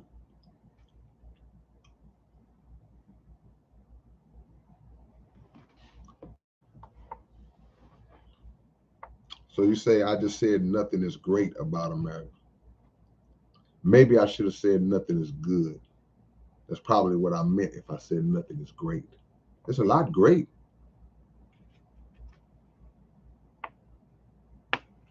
But the key is the good. Hey, man, I see your message, bro. You are going in. I see it. I see it. I see it. I see it. I'm not going to do that, but I see it.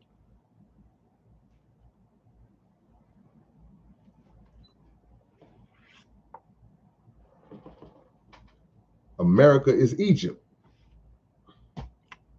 Can't argue with that. America is all of them tied into one.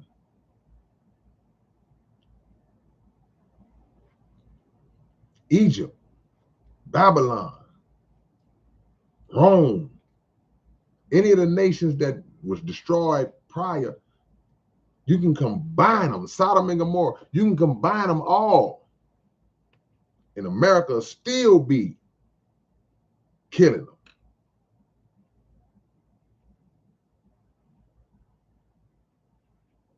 Much love, Zay.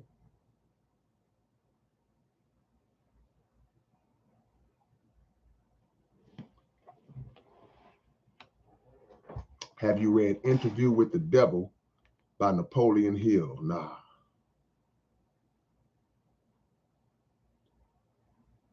Well, sir, because I don't reach out to people to interview me.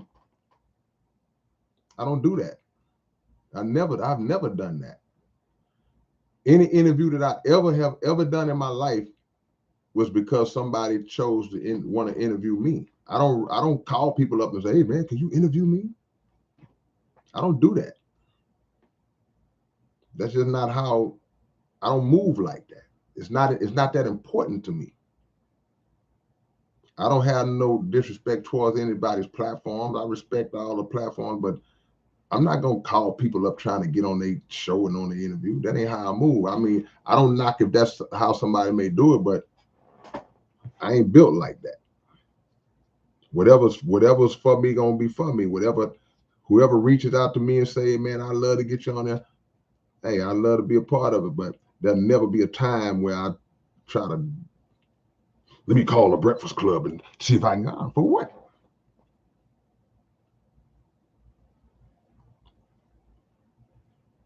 Elder, what books do you read? I read books about Honorable Elijah Muhammad. I read Message to the Black Man, Our Savior's Arrived, How to Eat to Live. I just got a book a few months back by Dimitri Muhammad called But Didn't You Kill Malcolm? For all the people who think the Nation of Islam murdered Malcolm X. It's one of my favorite books right here. It's one of my favorite books right here that I'm gonna show y'all. A lot of people don't like this book. Hold on, let me get the glare off. It's a bad book right here. This book breaks down how the wealth in America, how the land in America was stolen and distributed freely by the colonizers and just given out freely, and was worked by the black slaves, stolen from the Native Americans. And now the wealth disparity and the wealth gap is so huge, not due to hard work and effort and pushing and scraping from the ground up, by straight up theft, with references and notes, points of proof, receipts all through the book. So y'all can't say that somebody just made it up. Got a nice picture of Donald Sterling on the cover. That's a book everybody should read. Black, white, brown, everybody. Because you'll get to read the history of how your country became so great. Wasn't through hard work. It was through hard theft. Marty Marr, what's up, my brother?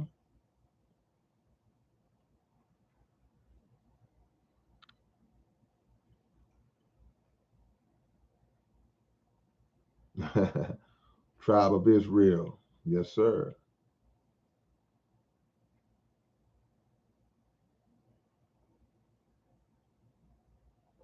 See?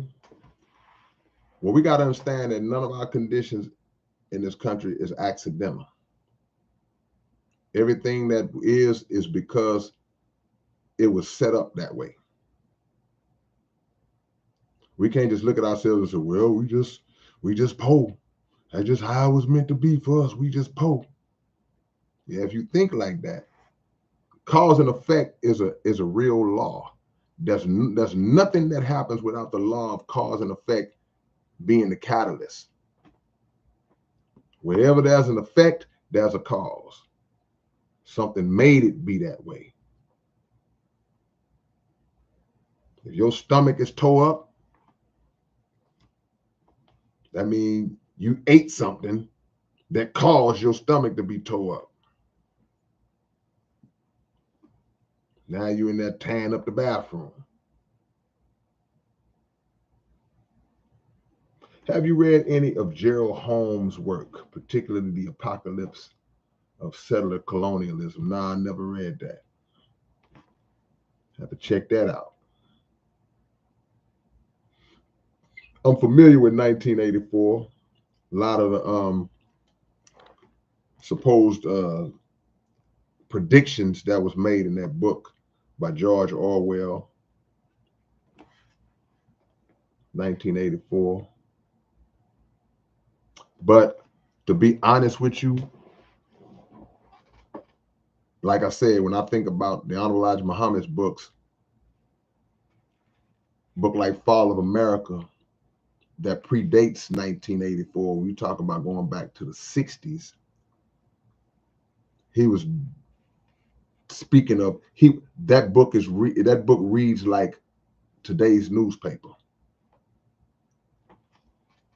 because everything he was saying is unfolding right in front of us right now.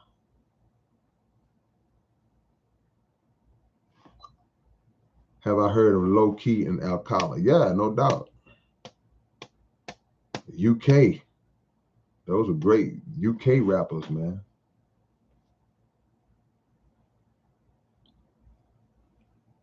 Cavalian Studios, I see you. Where do I rank cannabis? Right at the top of the top.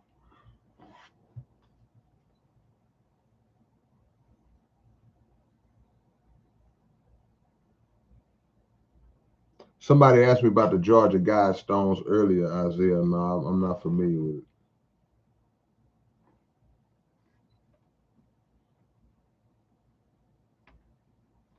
I hate to do this to you, bro.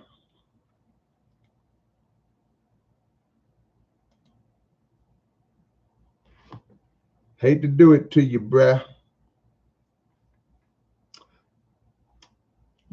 You try to be you try to be cordial. You try to give people the opportunity, man. It's like, but hey, some people just don't get it. They try to hijack. Worldwide hand cannon. Do you watch Roland Martin? And do you remember him back in school?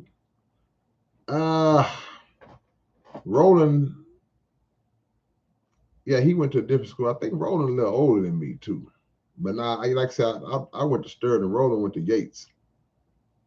But I used to watch Roland Martin a lot. Then I used to watch him when he got his YouTube thing going too.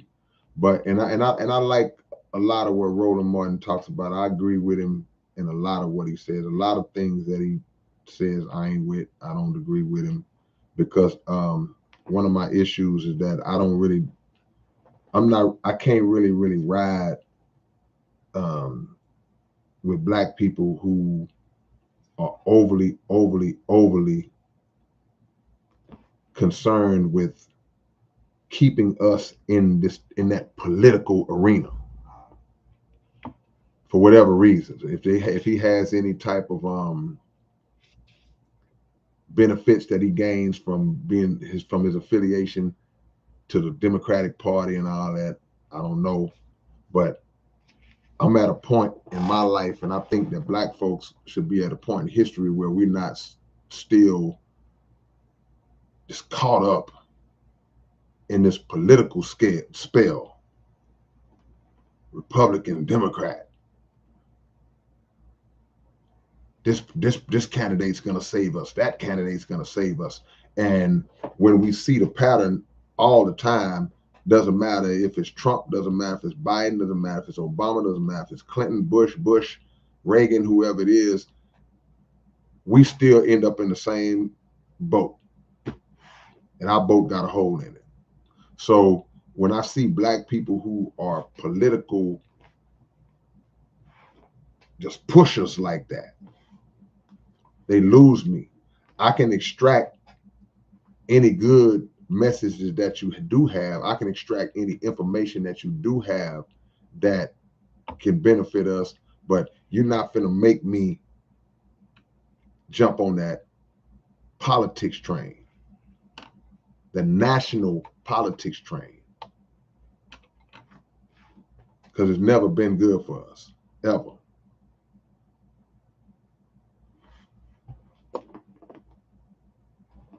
What about that new SPC album? What about it? You gonna sing some hooks?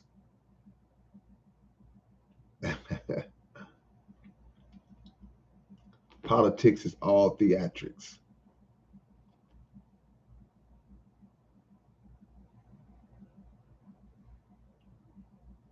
Their kingdom is falling. Corporate-owned politicians. Yep. See, presidents are, for the most part, just figureheads. They just push them out there. But Mr. Farrakhan talks about a shadow government. Even Kennedy talked about a shadow government, meaning that it's the government that you see and that you think is in control and running, but there are people that you never see that are really the ones who are calling the shots. T. Taylor says, ice cream and milk. What was the meaning behind that? Me just being me. I used to eat ice cream and milk all the time. KO will tell you. So I had to incorporate it into my song some kind of way.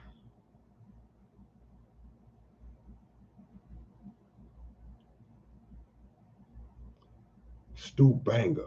Man, y'all gotta forgive me if I never heard a lot of these people y'all asked me about. Bet you they got underground cities.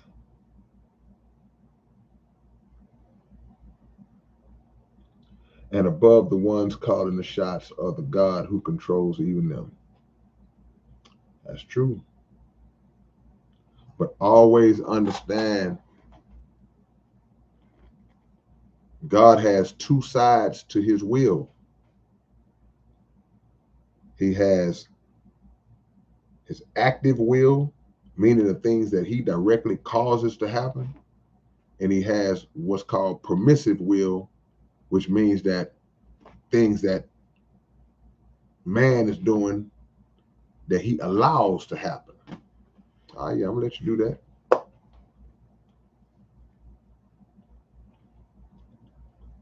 Swift Business, what's up, man? SFV, what's up? I love the Purge movie.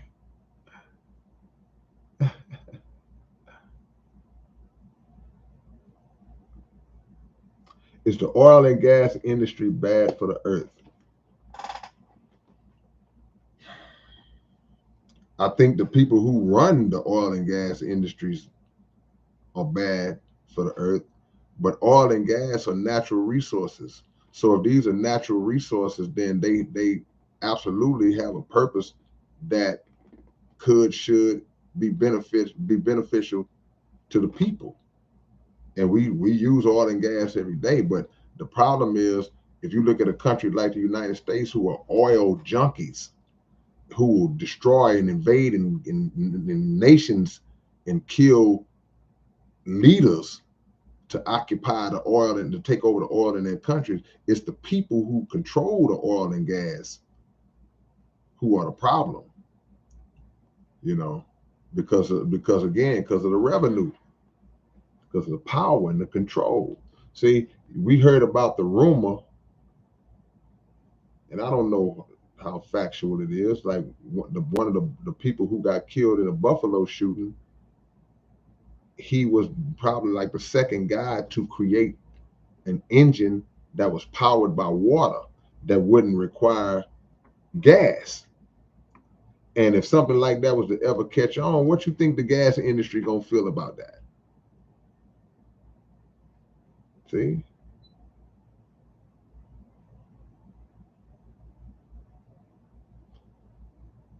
I don't necessarily know about shapeshifters. I know about thought shifters though. See, if somebody shifts the way you think, if they reshape and shift your thought process, they can reshape your physical. See, that's what we just got through talking about when we talk about the agenda.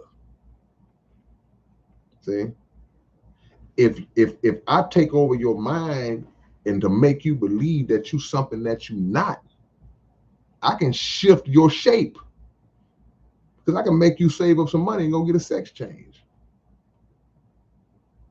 I can make you go cut your natural organ off and get a manufactured female organ put in place of it.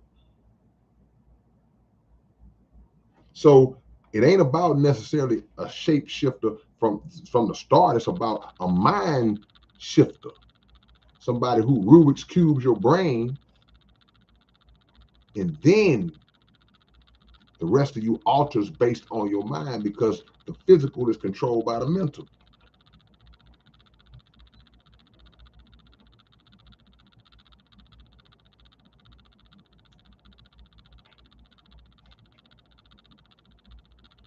Yeah, the earth gonna be all right. The earth gonna be all right. We gotta worry about it. We gonna be all right.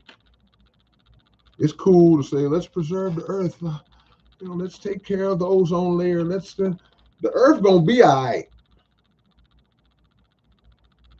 Or you gonna be all right. Get yourself together.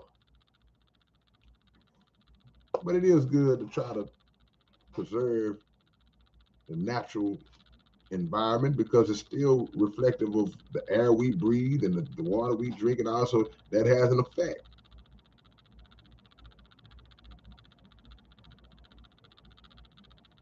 What you say, L-Dub? Like most things, when you mess up its pure form, it becomes bad. Yeah. Yeah, anything can be corrupted. A good thing can be corrupted.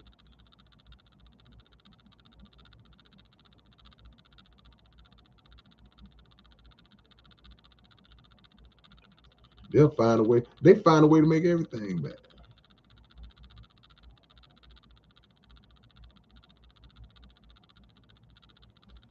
Daily on, the people need to learn the difference between private and public and how that affects the applicable laws. Elaborate.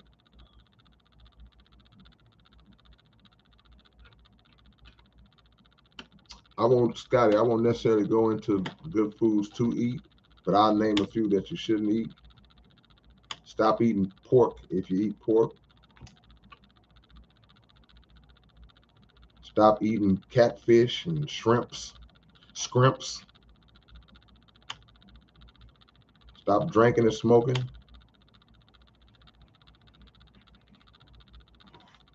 Stop eating white bread, white rice. What else? Stop eating sweets. I'm talking to myself now. Where do you personally rank stories from the Black Book out of all your music? That's a great question, man. Because to this day, that's probably my most successful album. Crazy that sounds, but I wouldn't rank it as one of my favorites because I was real early and young in my development process. I feel like I'm billions and trillions of levels higher now than I was when I wrote that album. That album is like really, really low on the ranking poll in terms of being among my best work. I wouldn't even put it in my top 15 or 20 best albums, even though, like I say, it was my most successful album to this date.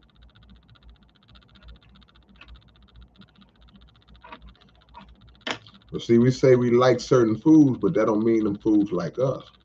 The shrimp is related to the spider. The shrimp has characteristics and qualities, physical relations to the spider. The shrimp is a scavenger creature in the ocean, and it's not for human consumption. It's like eating a roach. But society can make anything taste good. That's the key. The pig is the nastiest, filthiest animal on the planet. But they can make it taste good. That's why we grew up eating it. That's why we was eating bacon and pork chops and ham sandwiches and pig feet. Put some hot sauce on the pig ears, pork skins. They can make anything taste good. But good to you and good for you is two different animals, two different things.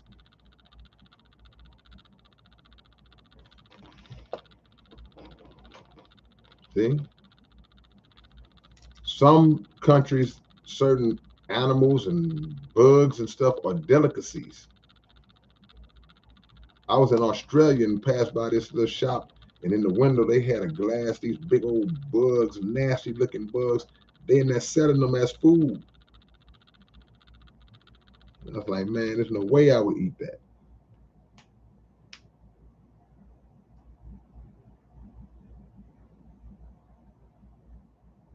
Sugar, that's another food to back off of. Raise my hand again. Sugar is one of the worst things you can consume in the human body. Sugar is more addictive than cocaine in certain ways.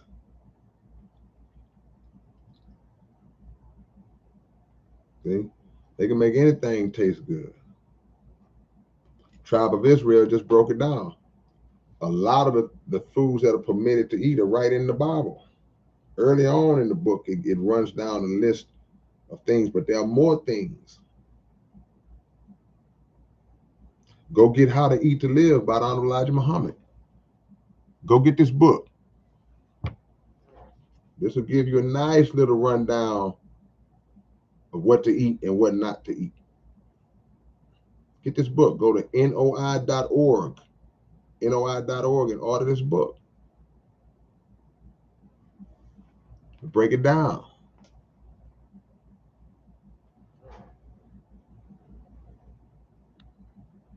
See?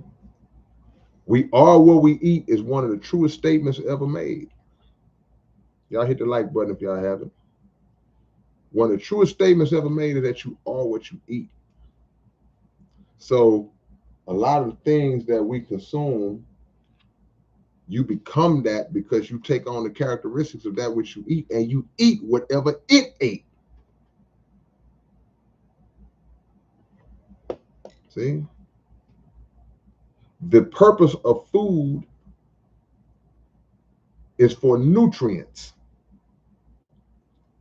not necessarily taste. Although, of course, it's ridiculous to say you don't want your food to taste good, but you want it to taste good and have the proper nutrients in it. It's like being in a relationship.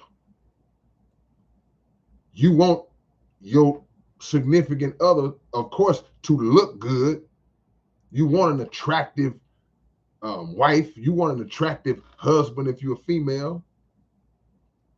But that alone won't necessarily satisfy you if the mental aspect is not in place to provide you with the nutrients, the mental nourishment to accompany the visual and physical attraction. Same with the food. You want the taste, but you need the nutrients. But we backwards. So we eat a bunch of trash because it tastes good. We're going to the crawfish festival. So you're going to eat these nasty bugs, and you got to peel the tail and suck the head. Going to eat these nasty mud bugs, scavengers that have been turned into a delicacy because that's culture. That's because we made them taste good. We fixed them up, seasoned them bars up, put some little corn next to it. No. And then by the time you start hitting 30s and 40s and 50s, now you're around here sick, taking all these different medications, your stomach bulging out, diabetic or borderline diabetic, heart disease, all this stuff. Oh, I'm just getting old. Big old, oh, that's a good eating. Boy, my wife be feeding me good. No, you killing yourself behind a taste. Tastes good. Tastes good must be good. Don't make sense. It don't make sense. And it's addictive. So we don't even have the power to just shut it out, man. You know what? I'm gonna stop eating that. I'm leaving that alone. Quit eating meat. Man, I ain't eat meat. You gonna stop eating meat? Yeah. Meat is destroying your digestive system, man. It's hard to digest. It's killing you. Man, I gotta have me a steak, bro. Oh man, forget that. Okay, cool. And we don't even have the sense enough to at least say, well, I'll just do it in moderation. Yeah, you're right. I understand, but nope. I want to eat like this every day. I'm gonna eat like this every day. Every day I'm finding me something else crazy to eat. And I'm gonna eat between my eating. You get a bag of Cheetos. Ain't no cheese nowhere in a Cheeto. They just spread it, put the little orange stuff on it. We don't even know what the actual Cheeto chip thing is made. What is that? But it tastes good. I ain't just talking about y'all. I'm talking about me too. Nobody eat junk food like me. But man, work on it. Work on it, man. Know when to say when and when how know how to say no sometimes. I know people that anywhere you go, if somebody got some food that they serve, they're gonna get them a plate. Just because. You didn't even know they was gonna have food when we got here. We get here, you're gonna get you a plate. It's all right to say, nah, man, I'm good. I already ate. Or no, I'm gonna cook when I get home. Well, you better go over there and get you a plate. They free. No, I'm good. I don't want a plate. It's free. Yeah, but I'm good. I don't need it. Less is more. Stop letting them tell you to eat 3 times a day. Stop letting them tell you that. That's BS. You should never eat 3 meals a day. What? No. You should condition yourself to eat 1 time a day. I didn't make it up. I got it from this book. Made sense to me because less is more. The more that your digestive system has to activate and start breaking down food, and that's work on your system. So your system is working on breakfast. Okay, yeah, I ate some breakfast. Eat bread. I'm breaking them. I'm gonna break this. Breaking down breakfast. Here come lunch. So your stomach like, whoa, God. All right, come on, lunch. Let me start breaking this lunch down. Oh, where them cupcakes come from?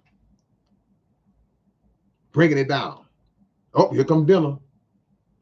Your stomach never has time to recover. And the way you eat, the way we eat, the bad foods that we eat, not only is your stomach working like hell to break it down and try to digest it, red meat that's hard to digest, all these different stuff, all the junk, all the poisons, all the dye, all the toxins, all the chemicals, your stomach is working like crazy to bust that stuff down, and you steady pouring it in there. You steady pouring it in there. So it's fighting to digest, and now your liver, kidneys, all that are working to filter out all the trash 3 times a day, 7 days a week. And you're not using the bathroom regular. How we get to this conversation? But we got to know this, because you got to know why you're getting a pot gut. You got to know why you ain't feeling right. You sluggish all the time. You don't want to get up. You don't feel, oh, I'm just getting old. You're making yourself old. Now you that dude, like I said in that song, you 39 years old and got 17 different types of medicine bottles on your table. You that dude that's walking around, or you that lady that's walking around with that little bag she carry everywhere with all her prescriptions and stuff in it. You that lady now. You ain't even 40 years old yet. See? Just saying. Bro,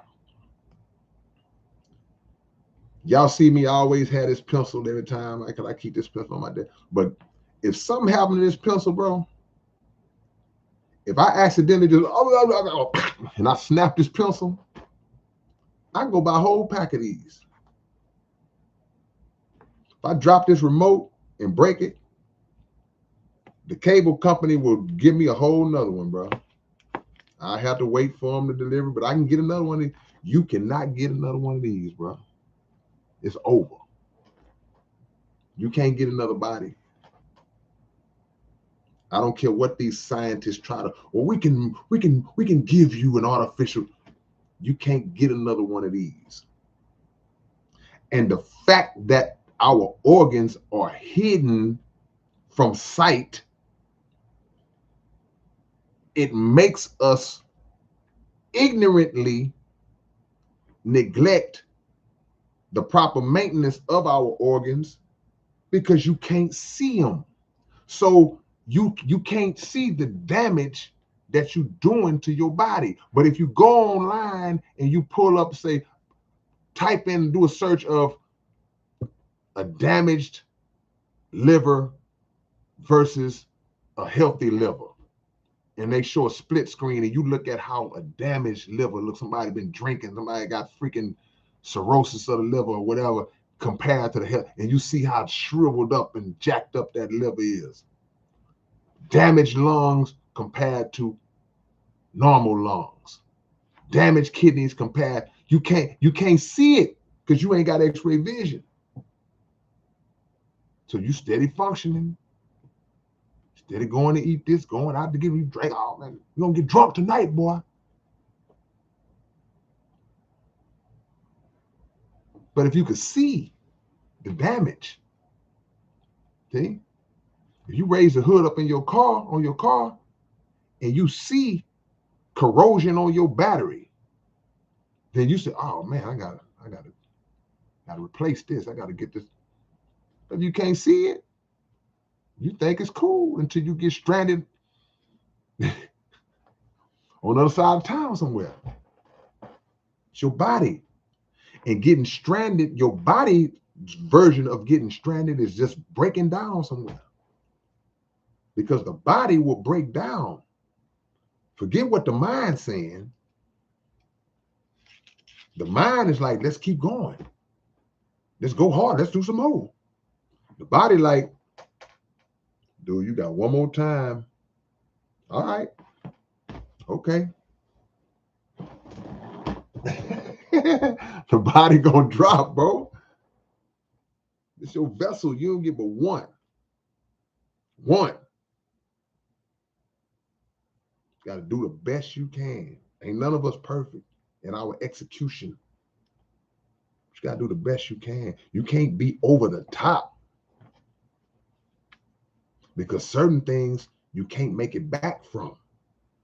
Certain conditions that this world's medicine, because they don't want to cure you no way. They just want to treat you so they can make money off the prescriptions. But when you get too far gone, it's over.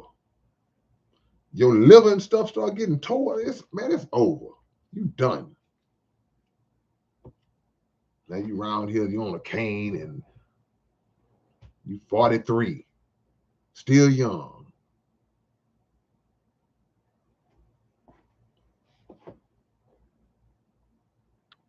See? You get but one of these, man. Ain't no replacement bodies.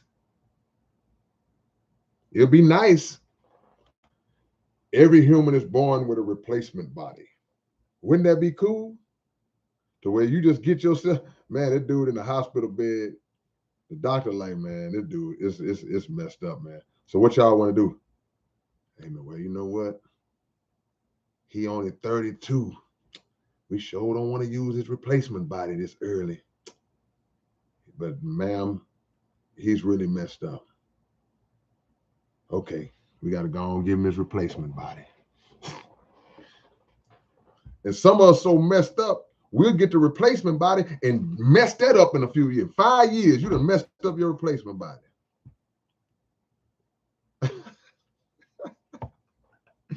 That boy done messed up his replacement body, man.